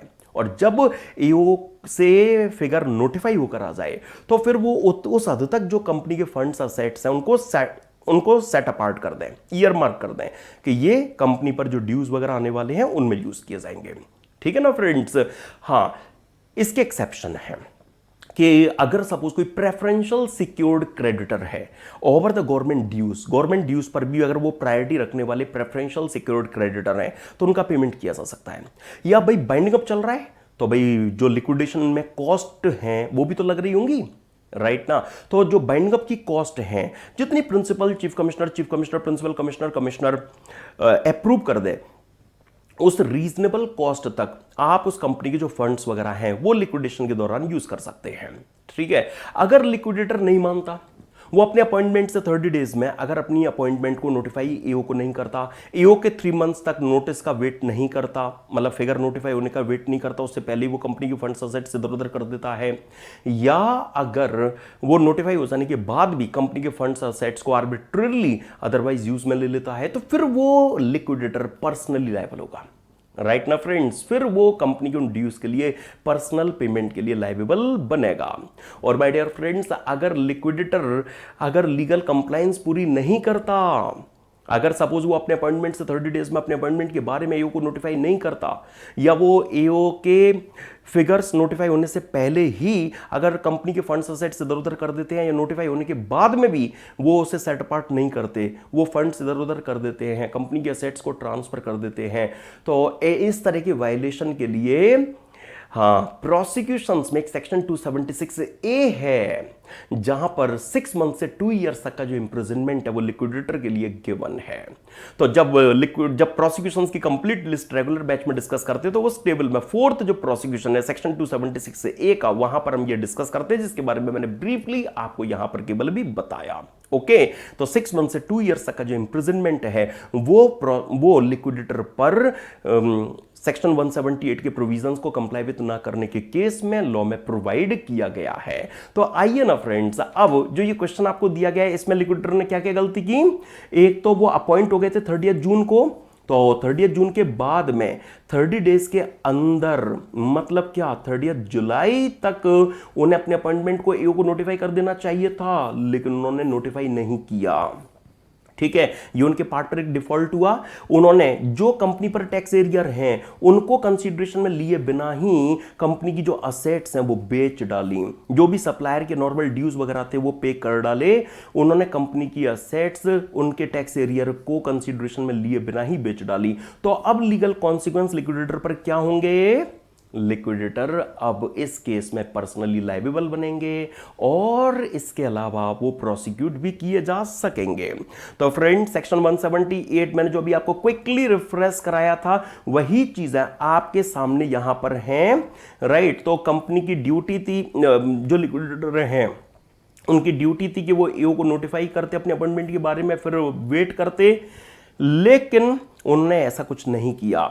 हाँ, वो principal chief commissioner principal commissioner की अप्रूवल ले लेते तो वो कंपनी के असेट्स का डिस्पोजल कर सकते थे, लेकिन ऐसा भी कुछ गिवन नहीं है।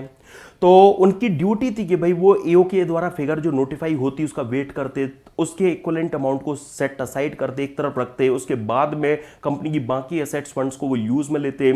लेकिन यहां जो हुआ है कि कंपनी के लिक्विडेटर ने ईओ को नोटिफाई अपने अपॉइंटमेंट के लिए नहीं किया है, उन्होंने कंपनी की असेट्स भी यहां पर इस सेक्शन के कॉन्ट्रावेंशन में पार्ट विद, मतलब किसी को अवेलेबल, लाइक सप्लायर को अवेलेबल करा दिए, तो वो अब कंपनी के उन ड्यूज को पे करने के लिए पर्सनली लायबल कहलाएंगे और इस तरह के केस में एक ऑफेंस भी है। है ना, 6 मंथ से 2 ईयर्स तक का जो रिगोरस इम्प्रिजनमेंट, मतलब कठोर कारावास, है ना, मूवी में देखते हो ना, जैसे जो जेल में कैदी टाइप के होते, प्रिजनर होते हैं, वो पत्थर तोड़ रहे होते हैं, है ना, तो वही पत्थर तोड़ना, चक्की पीसना, मतलब मुफ्त की रोटी नहीं तोड़ोगे जेल में, ठीक है। तो उस तरह का जो इम्प्रिजनमेंट है उसको हम कहते हैं रिगोरस इम्प्रिजनमेंट। और यही सारा डिस्कशन आपको भी लेटेस्ट अटेम्प्ट्स में जुलाई 21 के क्वेश्चन में भी यूज करना था। देखिएगा जरा, a liquidator is appointed by ABC limited which is undergoing liquidation. What are the statutory obligations and restrictions on the part of the liquidator under the Income Tax Act 1961 after being so appointed? तो आपको statutory obligations और restrictions बतानी है, and what are the consequences if he fails to perform such obligation? अभी अभी मैंने सब आपको orally भी रिफ्रेश कराए और लास्ट क्वेश्चन के आंसर से भी आपको कनेक्ट कराए। तो जहां तक बात ऑब्लिगेशन की है तो सेक्शन 178 पहले रिकॉल कर लीजिए। हाँ, लिक्विडेटर जो पर्सन अपॉइंट होता है विद इन 30 डेज उसको अपने अपॉइंटमेंट के बारे में एओ को इंटीमेट करना होता है। फिर लिक्विडेटर कंपनी के असेट्स को पार्ट विथ नहीं कर सकते, उनको डी बार मतलब रेस्ट्रिक्ट किया गया है। जब तक एओ कोई फिगर नोटिफाई नहीं कर देता तब तक वो अससी कंपनी की कोई असेट इधर उधर नहीं कर सकते, राइट। और हाँ, वो chief commissioner, principal chief commissioner से अप्रूवल ले लें तो बात अलग है। जब फिगर नोटिफाई हो जाएगी तो उसके बाद में उनकी ड्यूटी होगी कि वो उसने इक्विवेलेंट अमाउंट को तक के फंड्स और प्रॉपर्टी को पहले सेट असाइड कर दें। अगर लिक्विडेटर नहीं माने माय डियर फ्रेंड्स, उन्होंने अगर ये ऑब्लिगेशन डिस्चार्ज नहीं किए तो फिर इसका कॉन्सिक्वेंस क्या होगा कि उनको माय डियर फ्रेंड्स पर्सनली लाइबेबल होना होगा।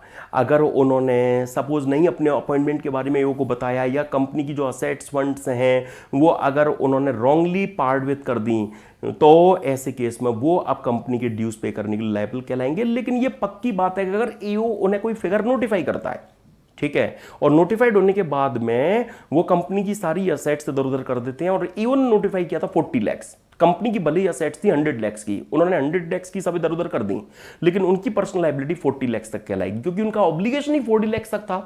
अगर एओ ने उनको नोटिफाई 40 लाख किया तो उनका ऑब्लिगेशन ही 40 लाख तक पार्ट विथ करने का था ना, तो उस केस में उनकी जो लायबिलिटी है वो वहीं तक कहलाएगी।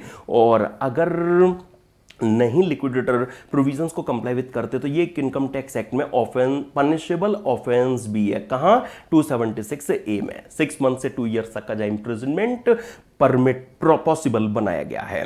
तो फ्रेंड्स, इनका आपको आइडिया लग रहा होगा एग्जाम के लिए सेक्शन 178 थोड़ा ज्यादा रेलिवेंट है। तो अब मैं कह सकता हूं कि लायबिलिटीज इन स्पेशल केसेस चैप्टर पर जो भी अच्छे अच्छे क्वेश्चंस और यूनिक क्वेश्चन आपको दिए गए वो हमने सब यहां डिस्कस कर लिए हैं। ओके, तो अब मैं कह सकता हूं कि जो मैंने आपके लिए 4 मार्च से जो practice sessions and revision sessions की 2 बैक टू बैक सीरीज जो स्टार्ट की थी वो मैं अब इस स्टेज पर कंप्लीट कर रहा हूं, और मुझे उम्मीद है आपने इन सीरीज को एंजॉय किया होगा। इसमें काफ़ी कुछ जो टॉपिक्स हैं उनको हमने थॉरोली रिफ्रेश किया, और माय डियर फ्रेंड्स उनसे रिलेटेड जो अच्छे अच्छे क्वेश्चंस हैं, मोर देन 300 क्वेश्चंस हमने प्रैक्टिस सेशन की सीरीज में कंप्लीट भी किए। एक्चुअली लास्ट 10 अटेम्प्ट्स में जो दिए गए पेपर्स हैं उनके डेस्क्रिप्टिव क्वेश्चंस को जो अलॉट किए गए मार्क्स हैं उस ट्रेंड को बेस बनाकर माय डियर फ्रेंड्स हम ये कह सकते हैं कि एमसीक्यूज को अगर मैं छोड़ दूं और मिनिमम साइड पर भी अगर मैं रहूं तो फ्रेंड्स अप्रॉक्सीमेटली 68 to 70 मार्क्स की कवरेज जिन टॉपिक्स से हमें देखने को मिलती है, हमने उन टॉपिक्स को सब्सटेंशियली रिफ्रेश कर लिया है। देखिए, जो आपको आउट ऑफ 5 क्वेश्चंस जो डिस्क्रिप्टिव अटेम्प्ट करने होते हैं, 84 मार्क्स 6 क्वेश्चंस के लिए, और इंटरनली एक चॉइस वाला जो क्वेश्चन मिल जाता है आपको इधर और वाला, एक्चुअली 88 मार्क्स की अप्रॉक्स जो डिस्क्रिप्टिव क्वेश्चंस आपको पेपर में दिए जाते हैं उसमें से 68 to 70 मार्क्स मिनिमम साइड पर भी अगर मैं रहूं तो 68 to 78 मार्क्स की कवरेज जिन टॉपिक्स से माय डियर फ्रेंड्स हमें देखने को मिलती है, हमने उन टॉपिक्स को क्विकली एंड सब्सटेंशियली रिफ्रेश कर लिया है। ठीक है, नो डाउट ये रेगुलर बैच का सब्सटीट्यूशन तो नहीं हो सकता, लेकिन फिर भी मैंने कोशिश की कि ज़्यादा से ज़्यादा जो चीज़ें हैं वो आपको मैं रिफ्रेश करा दूँ। एंड एमसीक्यूज भी कोई ऊपर से उतर कर तो नहीं आते माय डियर फ्रेंड्स, उनमें भी आपसे इन टॉपिक्स की जो कंसेप्चुअल अंडरस्टैंडिंग है वो एग्जामिनर आपसे टेस्ट करते हैं, है ना फ्रेंड्स। तो मैंने फिर भी एमसीक्यूज को साइड करके डिस्क्रिप्टिव क्वेश्चंस के लिए जो वेटेज थी वो आपके साथ में यहां पर ये शेयर की, ठीक है। तो मैं यही कहूंगा कि न्यूमरस थिंग्स हैं जो मैं आपको इन सीरीज में रिवाइज करा चुका हूं एंड हम प्रैक्टिस भी उन कॉन्सेप्ट्स की कर चुके हैं, लेकिन स्टिल आप अपने पार्ट पर जो और बार बार इन चीजों को रिवाइज करेंगे तो उतना ही कॉन्फिडेंट जोन में आप अपने आप को फील करेंगे। तो आप भी अपने एफर्ट्स में कोई और कमी मत छोड़ना, ठीक है। पूरी ताकत लगाओ अपनी प्रिपरेशन में, जिससे आपका पेपर बहुत अच्छा जाए और उससे भी अच्छे आपके मार्क्स आए। मेरी तो यही शुभकामनाएं हैं आपको, और मैं जल्दी ही एग्जाम के लिए मुझे जो भी आपके लिए रेलिवेंट फील होगा ऐसा कंटेंट लेकर आपके सामने फिर हाजिर हो जाऊंगा, ठीक है। और आपको कहीं भी कोई भी डाउट डिफिकल्टी आती है तो आप मुझे व्हाट्सएप फोन वगैरह पर कांटेक्ट कर सकते हैं, ठीक है। मैंने अपना जो कांटेक्ट नंबर वगैरह है वो नोट्स में आपको दे भी रखा है, आप मुझसे डायरेक्टली वहां इन टच रह सकते हैं। एंड माय डियर फ्रेंड्स, आपके नियर एंड डियर्स जिनका भी नवंबर 23 ऑनवर्ड्स अटेम्प्ट ड्यू है, तो आप उनको ये मैसेज कन्वे कर सकते हैं। देखिए, इन डेप्थ सब्जेक्ट को एंजॉय करने के लिए फ्रेंड्स जो रेगुलर बैच है वो आपके नियर एंड डियर्स प्रेफर कर सकते हैं, या जो भी रैंडमली सेशन को ऑन यूट्यूब फ्रीली अवेलेबल है देख रहे हैं, जिनका नवंबर 23 ऑनवर्ड्स अटेम्प्ट ड्यू है, वो सब्जेक्ट को इन डिटेल एंजॉय करने के लिए इस रेगुलर बैच को प्रेफर कर सकते हैं, जिसकी जो कंप्लीट डिटेल्स हैं वो satishmangalclasses.in वेबसाइट पर अवेलेबल हैं।